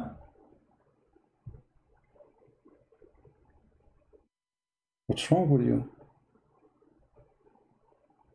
Here we go. This is Sahih al-Bukhari. A bunch of Muslims, they came to the Caliphate, Uthman at that time, and they complain that the Imam, he is an Imam of fitna which means trial, affliction. Okay, how does Imam doing a fitna and affliction, trials? He show his bum. He is tempting them. And we are afraid of being sinful in following him. Uthman, he said, Salat, and the Muslim, Mimi Hijab, he said the word Salat does not mean praying. Salat does not mean praying. The prayer is the best of all deeds. So when the people do good deeds, do the same. Then they said to him, Az-Zuhri said, in our opinion, one should not offer salat behind an effeminate person unless there is no alternative. So what the man is, they accuse him to be homosexual. And he is what? He is the Imam. And the Caliphate said what? Pray behind him. And here you see the hypocrisy of this Abdul and the group with him. They are going to complain that this guy is tempting them. How he can tempt you unless you are a gay yourself? How a man can be tempted by the bum of a man unless he is a gay? Do you see how he exposed himself? So supposedly they are against this guy because he is not a good guy, you know. I mean, like, come on, he is tempting us. Okay, how he can tempt you? How a man, how the Muslims, how the believers are tempted by a guy bending over? Unless all of you are the same. Please, brother, don't tempt me, don't bend over.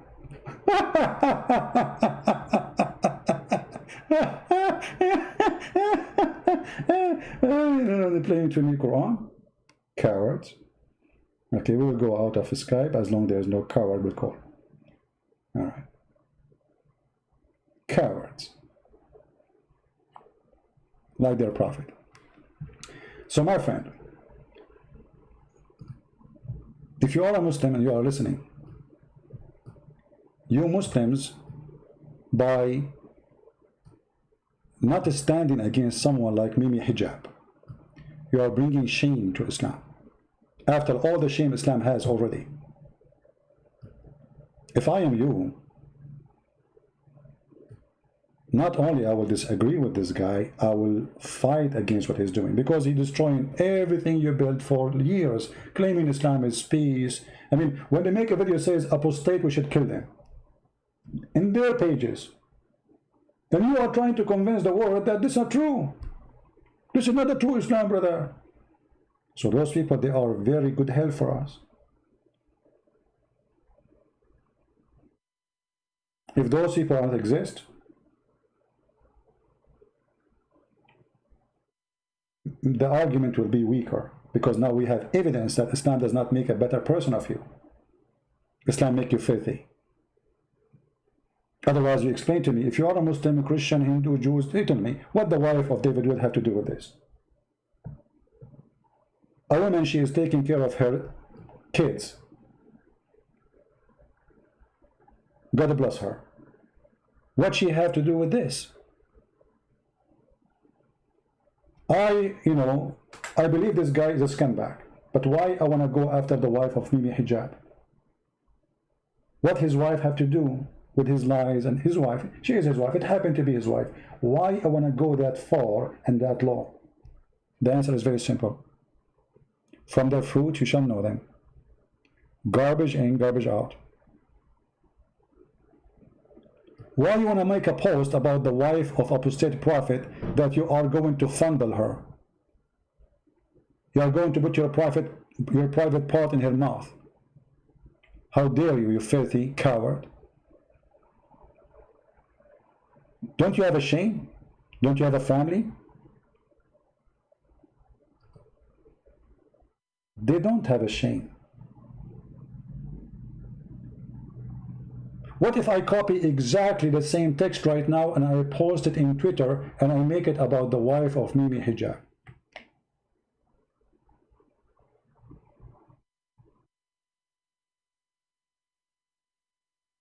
No shame. This is what happened when you get, you get dirty when you talk to such kind of people. You get dirty because they are filthy dirty.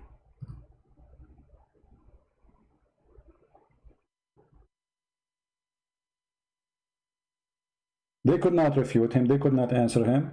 So what we do, we try to threat him, we try to bully him, and now we go after his family.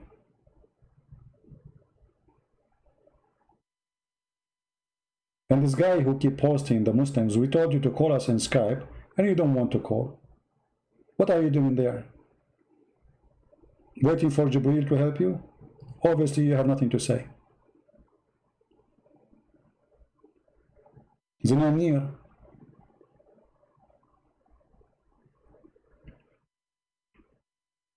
At least say something useful to defend your prophet.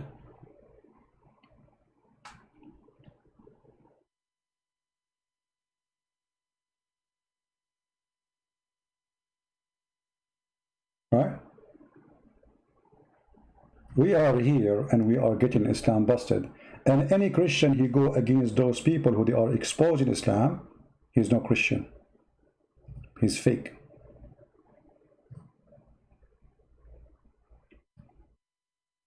Maybe many of you do not know, don't understand the risk. This is a very violent, satanic cult. People get killed every day by the name of this filthy God. So instead of siding with those people who they are taking all the stress, all the threat,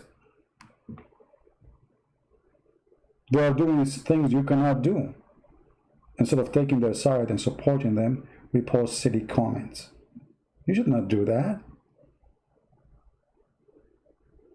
No, he should do more.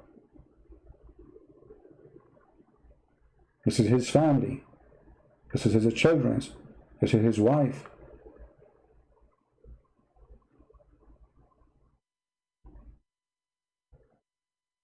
Filthy cowards.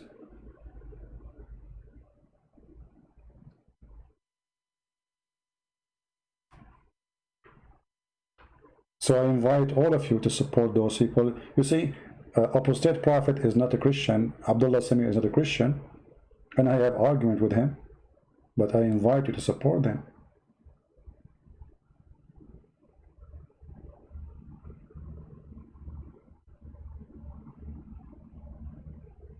And what is making the Muhammadan more mad, that those are Muslims which became ex-Muslims. That make it more harmful to Islam.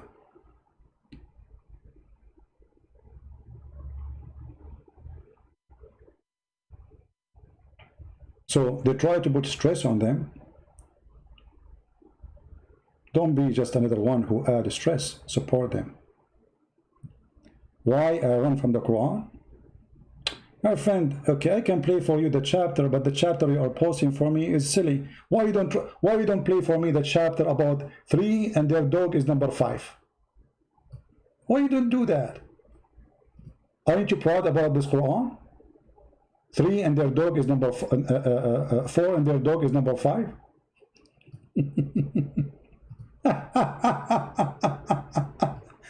Why you are afraid from the Quran? I'm disgusted, my friend. And as you see, we are not afraid of the Quran to the point we are eating it. Hello?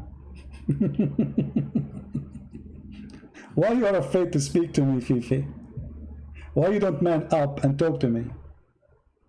When you will be a man? What you will say to your wife now? I call the Christian Prince, I play a recording of Quran? You are the hero now? Is that what you will tell your 4 wives in the bedroom?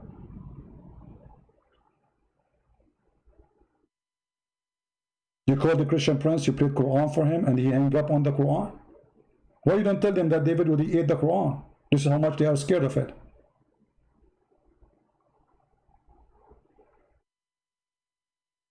Hmm? 3 and their dog is number 4? 4 and their dog is number 5? 5 and their dog is number 6? 6 and their dog is number 7? 7 and their dog is number 8? Thank God that Muhammad did not continue forever. 8 and their dog is number 9. 9 and their dog is number... What this is?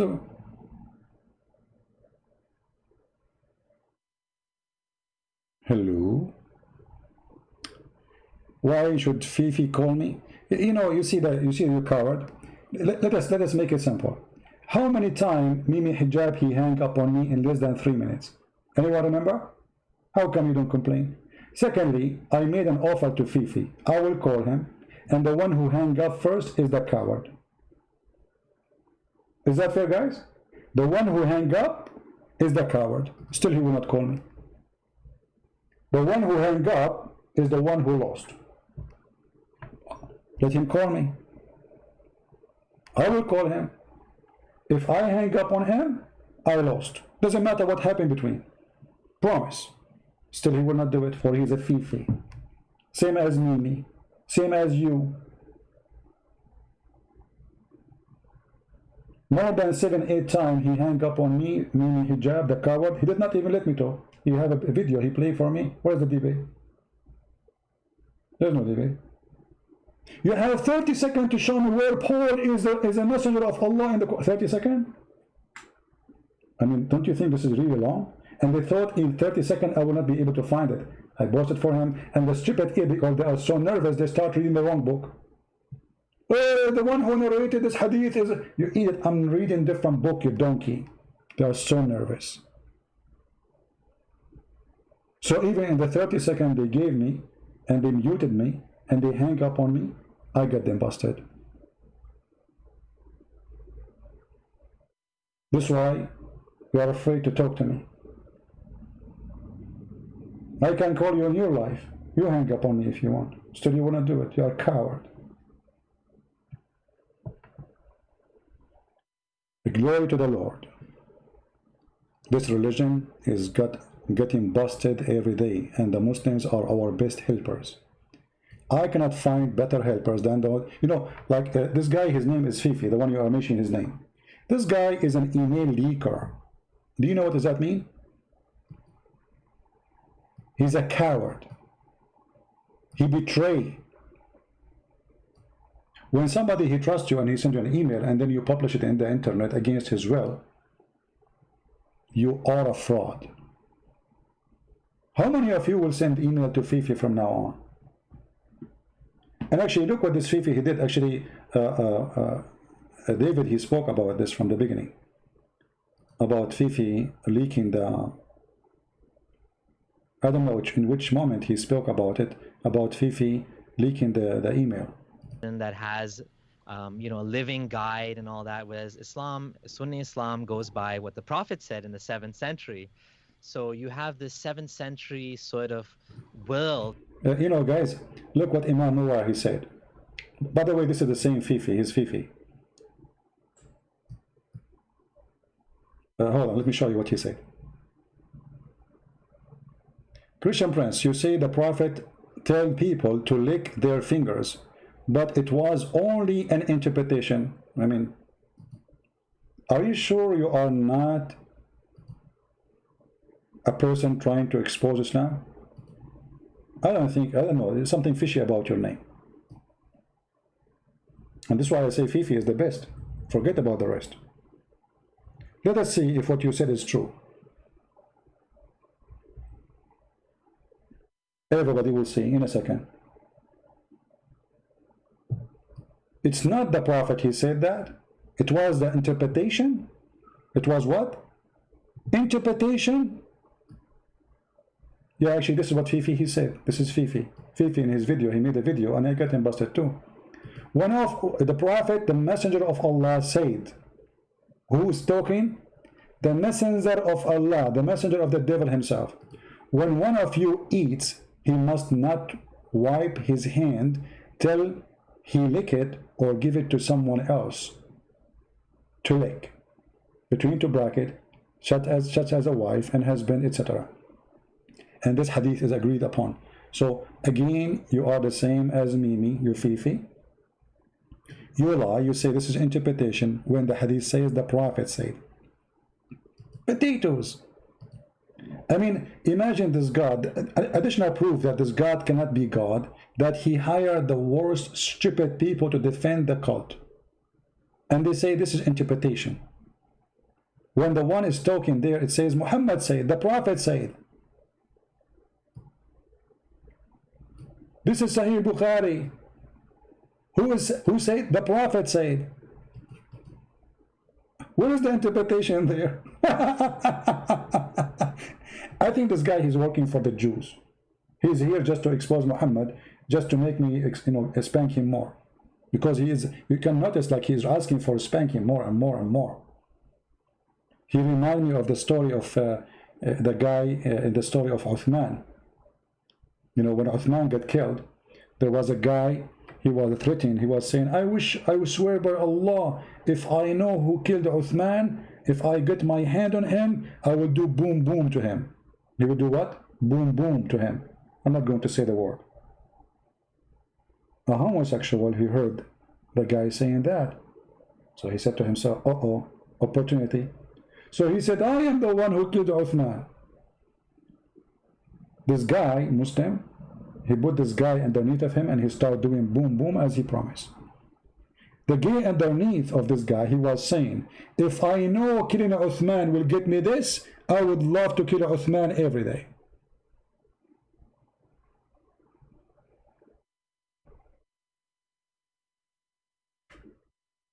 I would love to kill Uthman every day. And look, the coward here keep repeating the same story. It says the Prophet said, you coward. What Ibn Abbas? Ibn Abbas saying the Prophet said. Get lost, get out of here. Don't come here again without your daddy. Okay? We give you too much attention. We let you call us and you coward, you did not. You called us actually, but you played Quran. Adult only. We don't want kids in the age of Aisha. 6 years old. Adult. Where is your adult? Get out. No, it's not Da'if. What Da'if? This is Sahih Bukhari. All right. Anyway, guys. So my request to all of you, those who they are fight against the cult of Islam, stand with them. As you see, they are trying to put a lot of stress on them.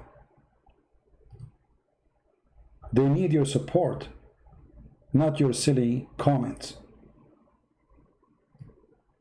Suddenly everyone wants to school David Wood how to behave.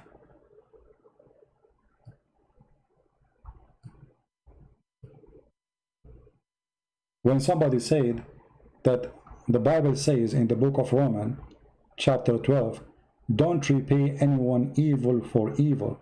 How in the world ripping the page of the Quran is evil for evil? Ripping the Quran is evil while he ripped a human being? The Bible speaks about not to harm people. However, the same book allows you to defend yourself too. Is that evil? False interpretation, false people, false comment. You are upset, you are jealous because you cannot do what they do, and you are a coward.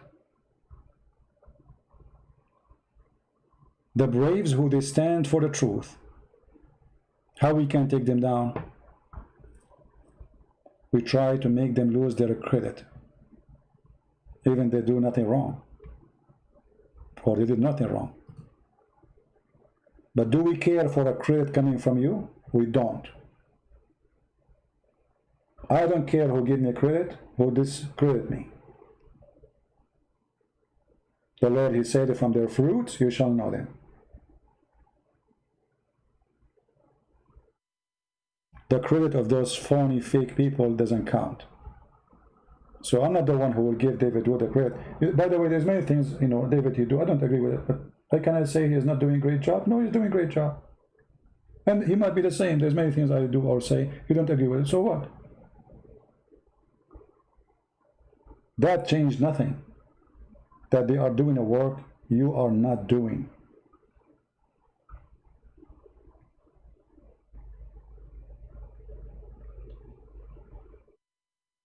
When the last time you made a video refuting Muslims? When the last time you challenged them? Not by little text. Even some, even they don't dare even to post a text. So I say to those people who they are unhappy with David Wood, who care? You are happy or not? Unsubscribe from his channel, unsubscribe from my channel. We don't want you. Islam is a garbage cult, and the fruit of Islam is showing through people like Mimi Hijab posting pictures of wives, threatening women who they have nothing to do with this, that he will do rape them, he will do fondle them, he will put their private part in their mouth. Very filthy, coward behavior. And this is why you see this guy, the one in the text, the Muslim, trying to change the topic, by the way, from showing the truth about those people.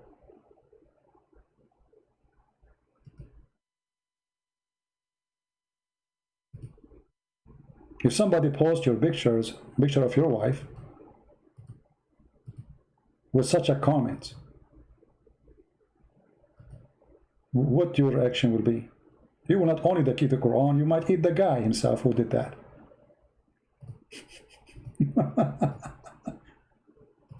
What the wife of David would have to do with this?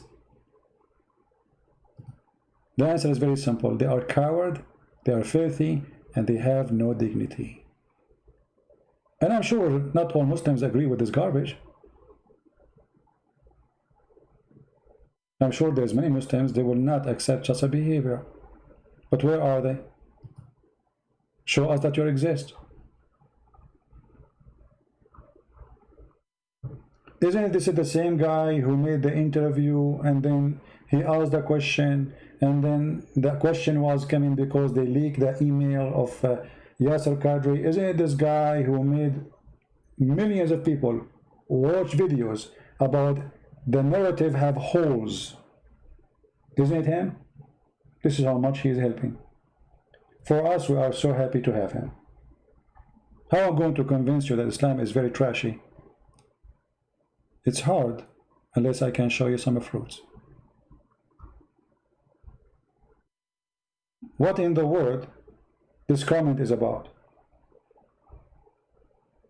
Mary Wood, David's wife, a public figure who has her own content. Here she is between two men. And the coward, but the potato, after he posted, by the way, he deleted right away the comment. He said to himself, uh-oh, The donkey in control today.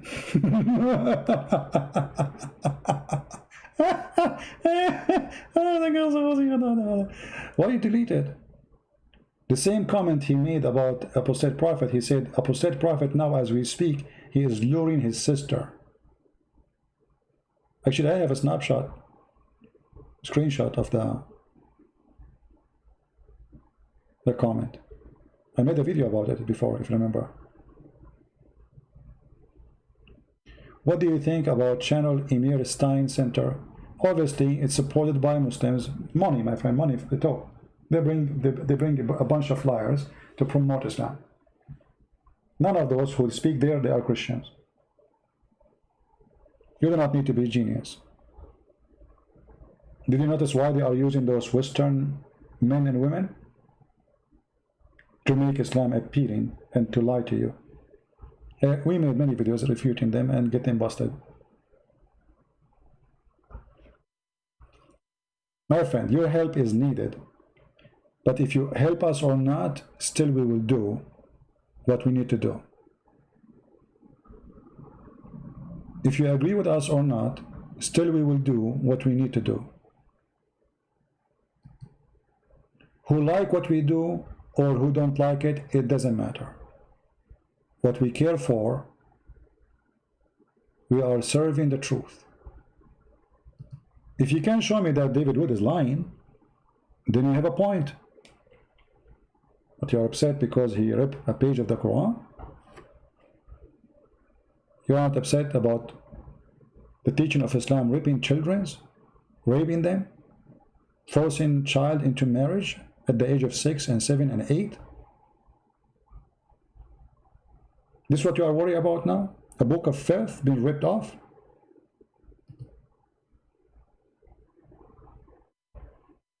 Hypocrites.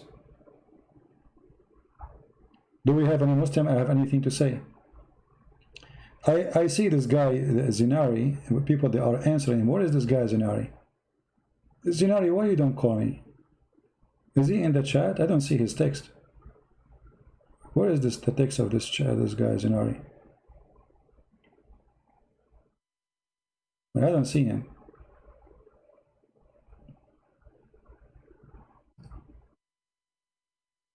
It's a girl? Oh, okay. Well, I hope soon he will find a husband. What surah you think it's worth? What surah do you think it tastes worst? I don't know. No, you need to ask David Wood. He is the one who ate it, and not me. I can't give you an opinion. That will be a false opinion about the taste of the Quran. You need to ask David. He is the one. He did it before me, actually. And if I do it now, I will do it after him. I'm trying to learn, and it sounded crunchy, by the way, but I don't know if it's tasty or not. She was blocked? Okay, let her go. Because I don't know. Don't waste our time. Either you have something useful to say. If you want to defend Islam, but posting stupid comments, you are not welcome. You want to call me, I will take your call. Speak smart, you are welcome. You post comment, you are a coward, call me names, okay, well, go. Right? She wanted to debate me, I blocked her. Well, even if you are claiming I blocked you, you can make a new name and call me. That is not an excuse. If this is true. And the question is, if this is true, why I blocked you? If this is true.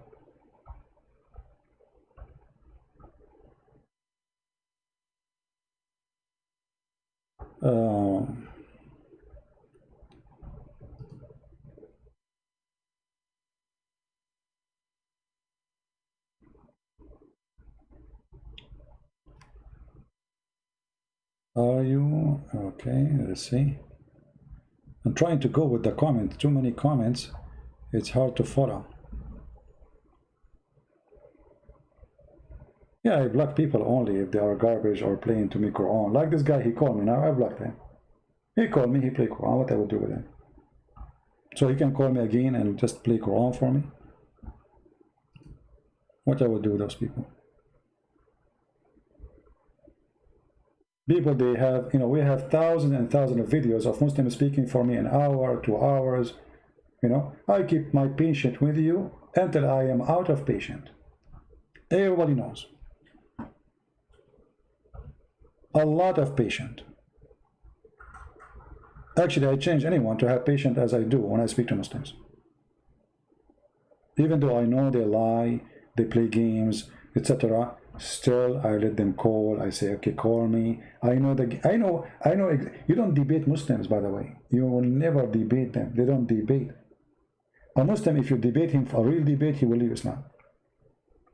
That's why you see the Muslim, you talk to him about tomato, he answers about potato.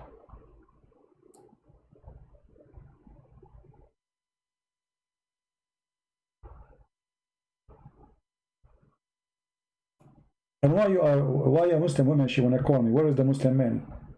Let your husband call me. What if I read for you, suckle me? The Muslim, they will take the video and they will say, look, Christian Prince saying to a Muslim woman, suckle me.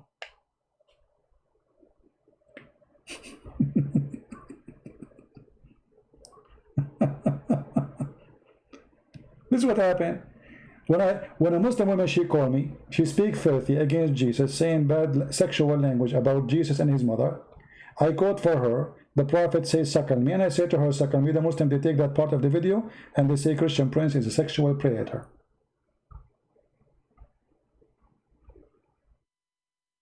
So if you call me right now and I ask you, did the Prophet say suckle me? The Muslim, they will take that part and they will say, here we go, Christian Prince is saying to a Muslim woman, suckle me. They will not say that the Prophet says that. It's Christian Prince who said that. Right? So is that the new strategy? Muslim, they are sending me girls? Because the men of Islam, they are not exist? Did you ask yourself that those who they speak, they can refute us, they make videos to refute us? How come they don't dare? You know, Sam Shamoun, he offered them face-to-face debate. Nobody say yes. Don't they want face-to-face? Here we go, Sam Shamoun, he said, I will do face-to-face. Nobody say yes. Actually, I am, to be honest with you, I am jealous from David Wood and Sam Shamoun. You know, they have Muslims calling them and joining their channel. They don't do the same with me. But why? The answer is very simple. How many minutes they can survive after calling me? How many minutes? 5 minutes, 10 minutes, 15 minutes? You know what I mean? How long is it going to take for a Muslim calling me to survive such a call? Even David Wood, he told this guy who called himself Dr. Shoaib as an example, okay, Christian Prince, he invite you to debate him. This guy, did he say, okay, sure, yeah? He ignored it. He heard nothing.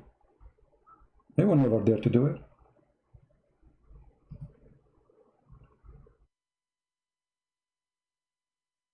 Because they knew, here we have all the needs of cornering them. We speak the language, we have the knowledge, and we know the game they play.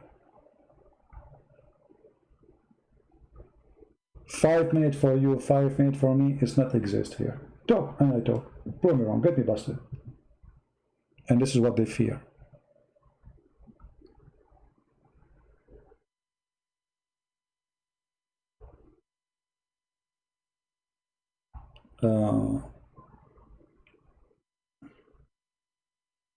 No, already we exposed this Dawood Kim, and you see those it's you know, here we see like a Christian asking me to destroy this. I mean, this guy is a kid looking to make some money. He was looking for a job, and he found that Islam is a great business. The question is, why we Christians, we don't do what is right? What about we? You know, if you are a person who speaks Korean language, why you don't take the videos I made about him, add subtitle in Korean, help us? So what happened here, you see, we are a few. Me, David, Sam Shamoun, a few names. We can even count them by fingers. Fighting a cult sponsored by more than 1 billion, with all the media supported them. Google side with them, Facebook side with them, Twitter side with them. Liberals, they side with them. President side with them. Prime ministers speak great about Islam.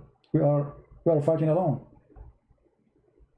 When a Muslim he go and he became, let us say, popular, support come like rain.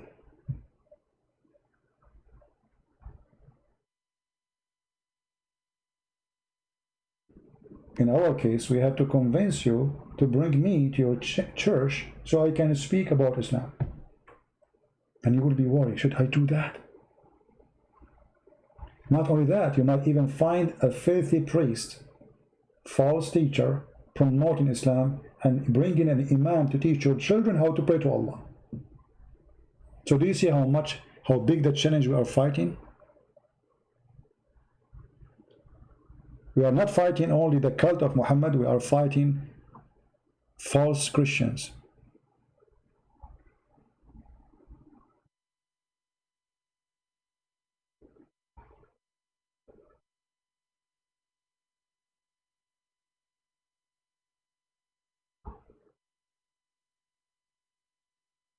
We are fighting alone.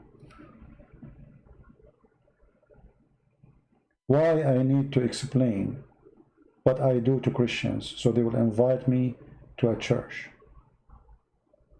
Why they are even worried? The answer is very simple. When people they became fake, false, they are worried. The disciples they used to go to places nobody dared to go, risking their life, and this is how Christianity became #1 belief in the world. It was and is still and will stay.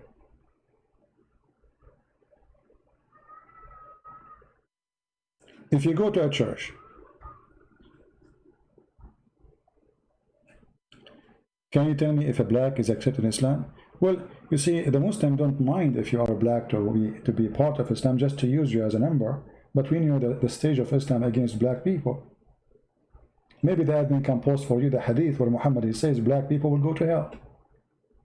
Allah he created the white according to Muhammad, and he said to them, he created them like white ants, and he said to them, you go to heaven. And he created the black from the left shoulder of Adam. And left in religion always mean wrong, the bad. The right mean the good. So the white man, according to Muhammad, created from the right shoulder of Adam. The left is where the black are created according to Muhammad. And that's why he says you go to hell. And here we go, the admin is posting for you the website. All right? So, are you accepted in Islam? This is a question you answer. Do you accept that to be you?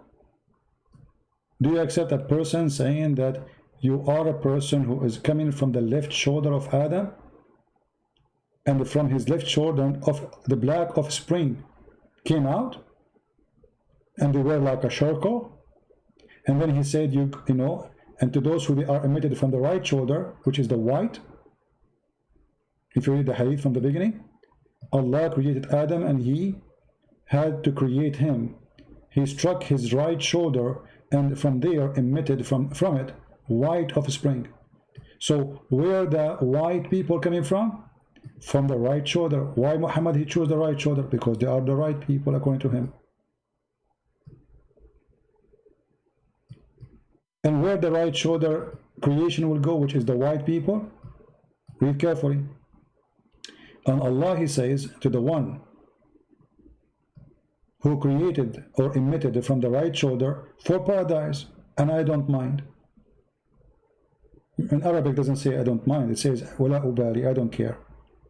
And then he said to the one who they are emitted from the left shoulder, which means the black, you go to hell, and I don't care. So when you say to me, black people, you know, it's you. So if you are a fool, you want to accept to be a Muslim in such a cult, racist cult, this is your business. What we can do, right? People make choice. This is your choice. Have fun. Our duty is to share the truth.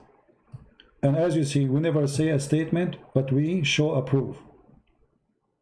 We don't make things up. Is that my website? This is a Muslim website. Go check it out. Is that translated by me? I have nothing to do with it.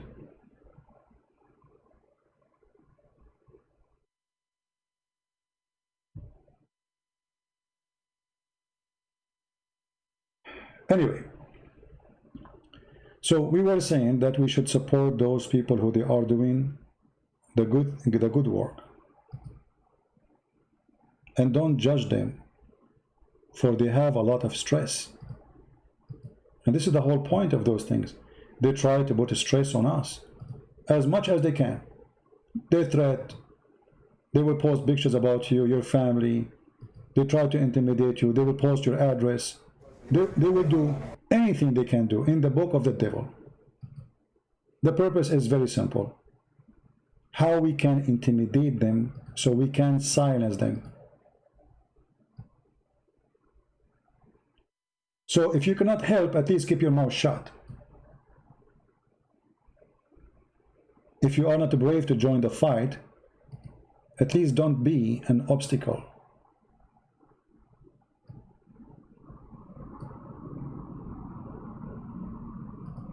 So anyone want to speak against David Wood, I will say to you, shame on you.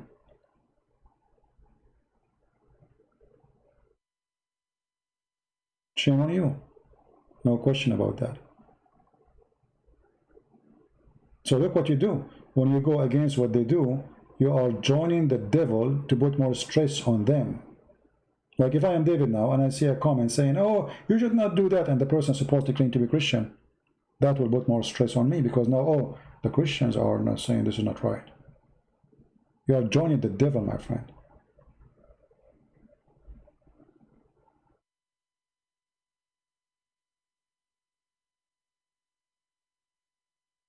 If you are a really Christian, you should support them. Look at this comment here. I shared this in Twitter. Someone said, you need better Christian spoke people because that guy ate the Quran. I mean, so he ate the Quran and now he became bad. Oh boy, that's it. I mean, that's it. He lost his credit. He ate the Quran. He's a Quran eater.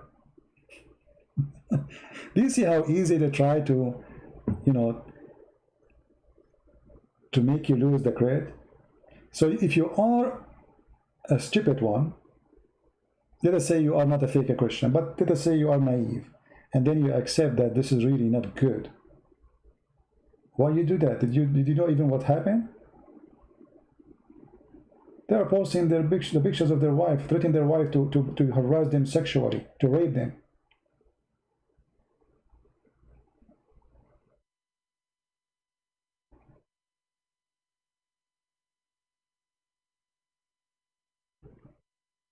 How you can judge a person facing all this risk, putting all those people they are making threat when they post pictures is a threat. It's not a comment in Twitter.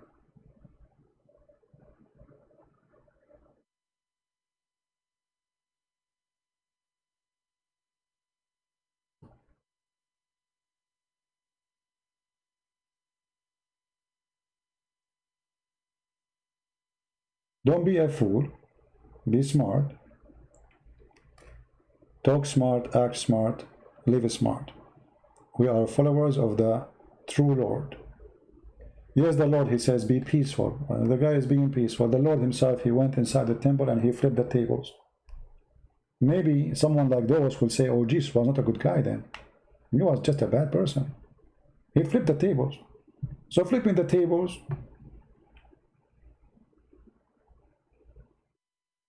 is not bad for you. I'm trying just to show you the logic. But ripping a page in a book is ugly. Do we have a Muslim who want to call me? Did I hear that somebody have a Muslim for me? If Allah had willed, David would be shocked on the paper. Exactly, but Allah did not will that. The same happened to the goat. If you remember, the goat did that before, long before David would. The holy goat ate the Quran, and the Quran went from her bum. Because, you know, everything go in the mouth will end where? As David, he said.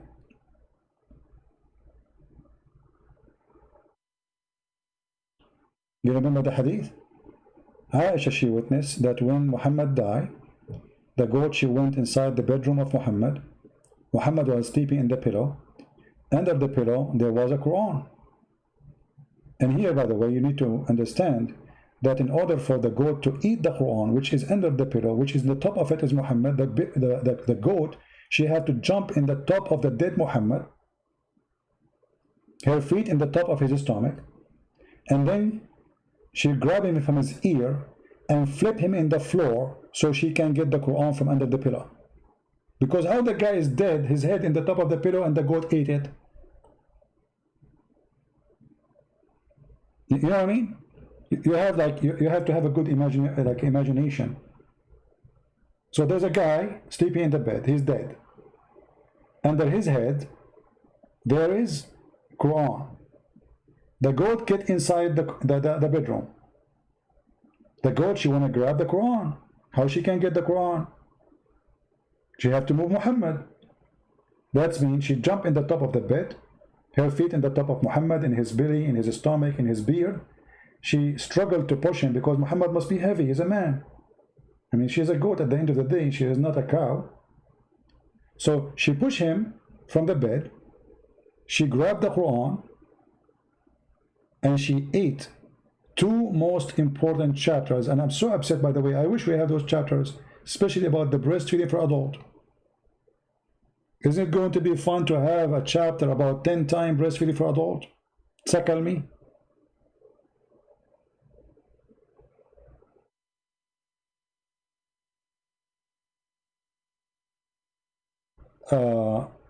Islam Defender, he said that the ink will spread inside his stomach and spread cancer. You know, Islam Defender, you know, my friend, you are very smart. You remind me of what happened to your prophet. Look like the same happened to your prophet.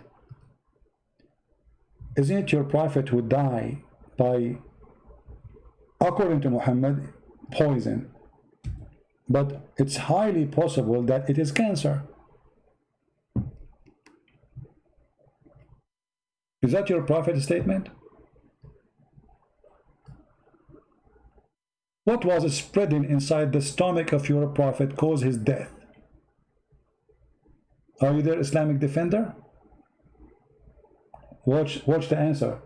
He will play dead now. You just said, if you eat the Quran, the ink will cause you cancer. I believe you know. I mean, you are right. Islam is a cancer. Okay. Muhammad, he ate what exactly caused him cancer? Was that a cancer or the poison? What do you think?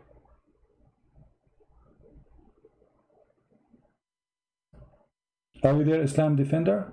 Or you will go to sleep now? He will play dead. And where was Allah to protect Muhammad from what is in the Muhammad's stomach? And then not only that, he says, I feel as if my aorta is being cut off. And this is exactly what the Quran said. If Muhammad is lying, Allah will cut his artery. Exactly as what happened to Muhammad. That is a false hadith. Oh, this is Sahih Bukhari. Guys, this is Sahih Bukhari. The most authentic book in Islam after the Quran, supposedly. It is not Sahih. Yeah, it's not. Sahih Bukhari. What we will do now? Okay, I have an idea. What about you get a goat, she eats Sahih Bukhari, and then you will be saved. Should we donate for you so you can buy a bunch of goats and you collect all the books of Sahih Bukhari and they start eating it the same as they eat the Quran? I mean, we cannot ask David Wood to eat the hadith of Sahih Bukhari. I mean, this is a lot. This is big, a huge amount of papers. David, he cannot do it. But you can do it. By the help of Allah. Do we have any Muslim want to say anything?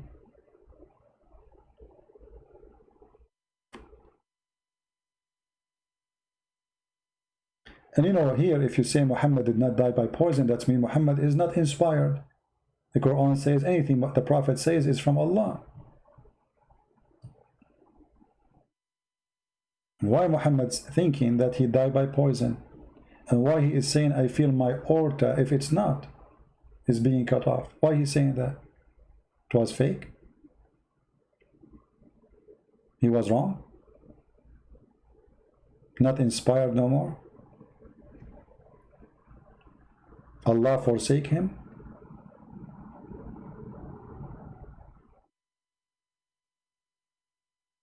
Any Muhammadan?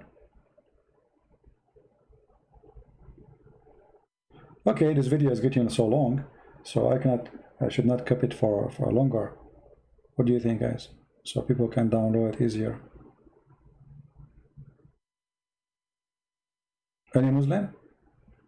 This is why the reason the Muslims don't dare to debate me, because anything they say, we got them busted away from their own books. By the way, the Muslims, they don't want me to show in the screen the evidence. They want to show my face, because my face will prove nothing. Showing those evidence in front of you is dangerous. Actually, very smart by the way of them to ask me to show my face, because if I show my face, the number of people who they are watching will go, even like maybe 10 people will stay, and most of them, they have a bad vision. They can't see how I look like. People right away get scared. They close YouTube. They close their account in YouTube. Actually, they will not come back. I mean, that the second you turn the camera on, that's it. Everybody's gone. Bye bye. Look how smart. You see that how smart they are. Show your face. People run away. Nobody listen. Aha. But I am smarter, so I don't show my face. I show the reference. I'm not going to scare the hell of people. You know? Do you know how I do fishing? I don't even use anything. I look at the water, the fish look at me, die. I grab it. Like, you know. Imagine the fish do drown in the water. She's a fish, yet it's just drowned just by seeing. She look at me, you know, like, what the heck is that? You know, she died. By the way, it's true, sorry. If you don't believe me, it's Sahih Bukhari, hadith number 4428.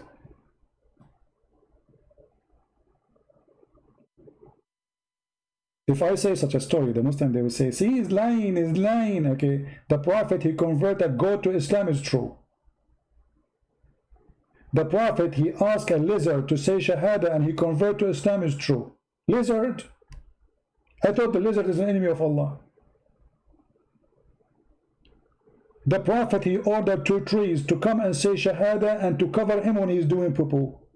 Hey brother, how long it take the Prophet to do poo-poo? I mean, why you need 2 trees to keep him in the shade? For how many hours he stay there?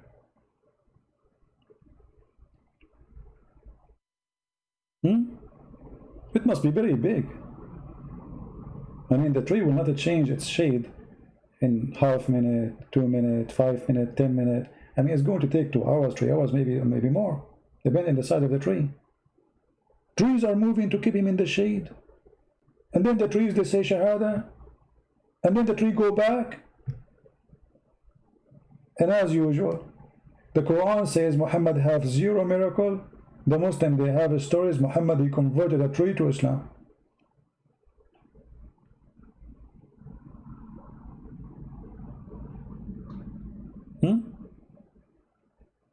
Even the poo-poo of the Prophet is a miracle. Do you know that Muslims, they believe that when the Prophet, he do poo-poo, the ground wide open and swallow it, and his spit smell like musk.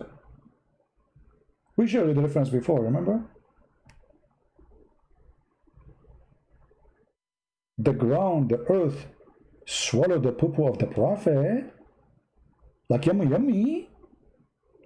Like the Prophet is sitting now and he is doing poo on the ground underneath. Like, yeah, it's coming. I cannot wait. Yummy, yummy, yummy. The second he start dripping the first poo, the ground wide open her mouth and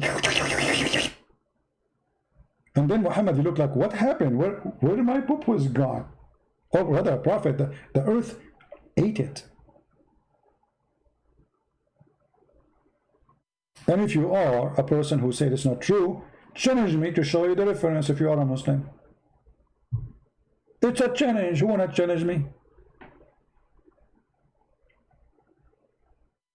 Who is a Muslim wanna challenge me? See, they don't dare. They knew it's true.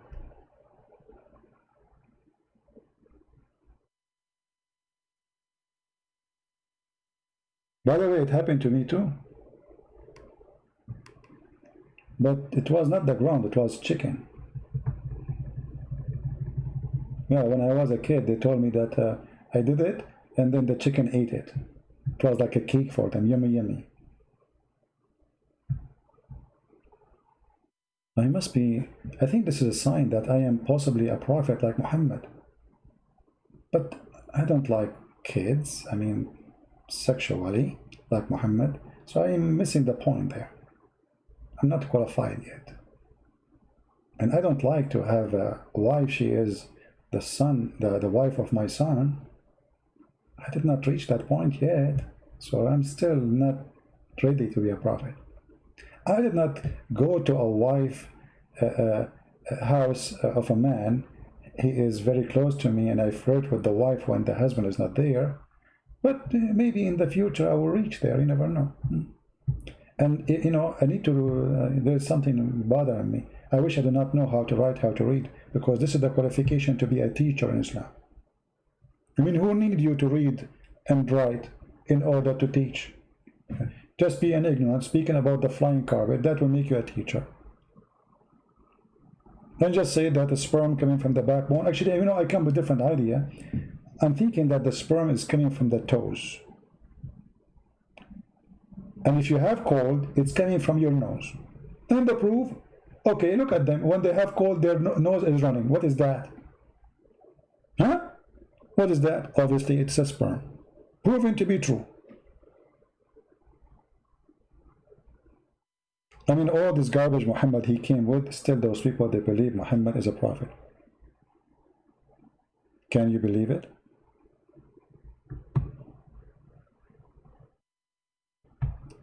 Alright, I think we have enough for today. Please don't forget to download the video. I will leave it here for a few hours and then I will take it down. Don't forget to download the video, share it with your friends if you care. And if you don't, it's up to you. And we say thank you for those who support us. And for those who, they will watch the video in different location. If you wonder how you can find us, very simple. You go to patreon.com/Christian Prince. You don't have to donate. Even your donation is more than welcome. We need your support. But you do not need to donate in order to be updated where we are going to be live and when. Because we change the links of the live broadcast depend in the situation with YouTube. As you know, Muslims, they are so upset and they gang to flag you. And YouTube take their side. This is why we change locations of broadcast. The easiest way always to be updated is to follow us. I post on Instagram, I say when I'm going to be live. I post in mind.com/Christian Prince. I post in Patreon. And for sure I post in Facebook.